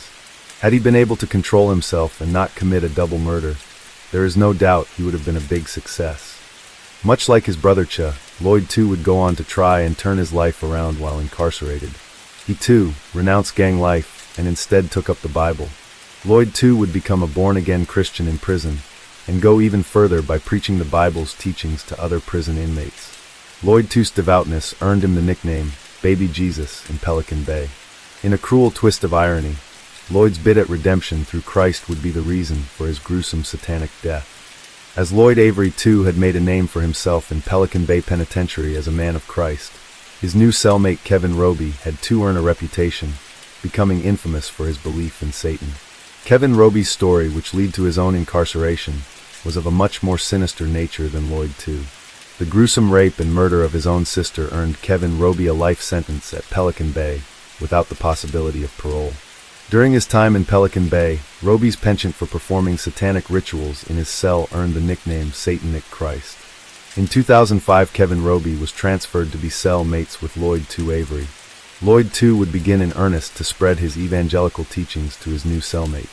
Lloyd even wrote in a letter to the prison chaplain, "I know God has him around me for a reason. He, Roby, knows very well that I am a devout Christian, and I pray for him to the Lord every day that he gives his life to God." But it would be Lloyd who would give up his life for God in the end. Avery's attempts at winning theological arguments with Roby would build in heated animosity in their cell.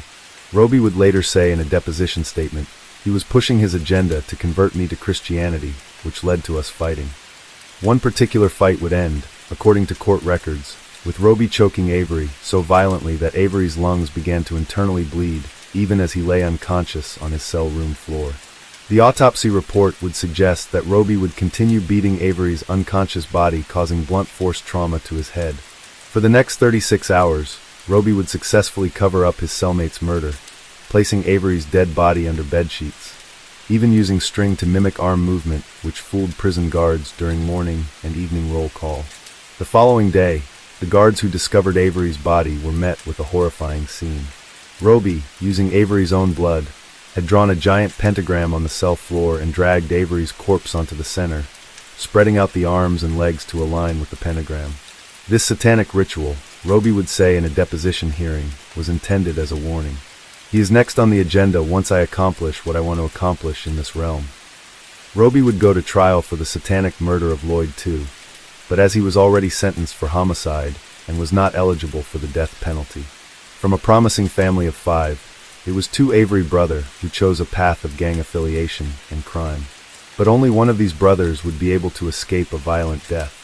After the murder of his brother Avery would move to Augusta with his own family to once again turn a new page in his life. Even here the shadow of gang life followed him. "There are Crips and Bloods out here," he said, "and they seriously think they're Crips and Bloods and claim streets from LA.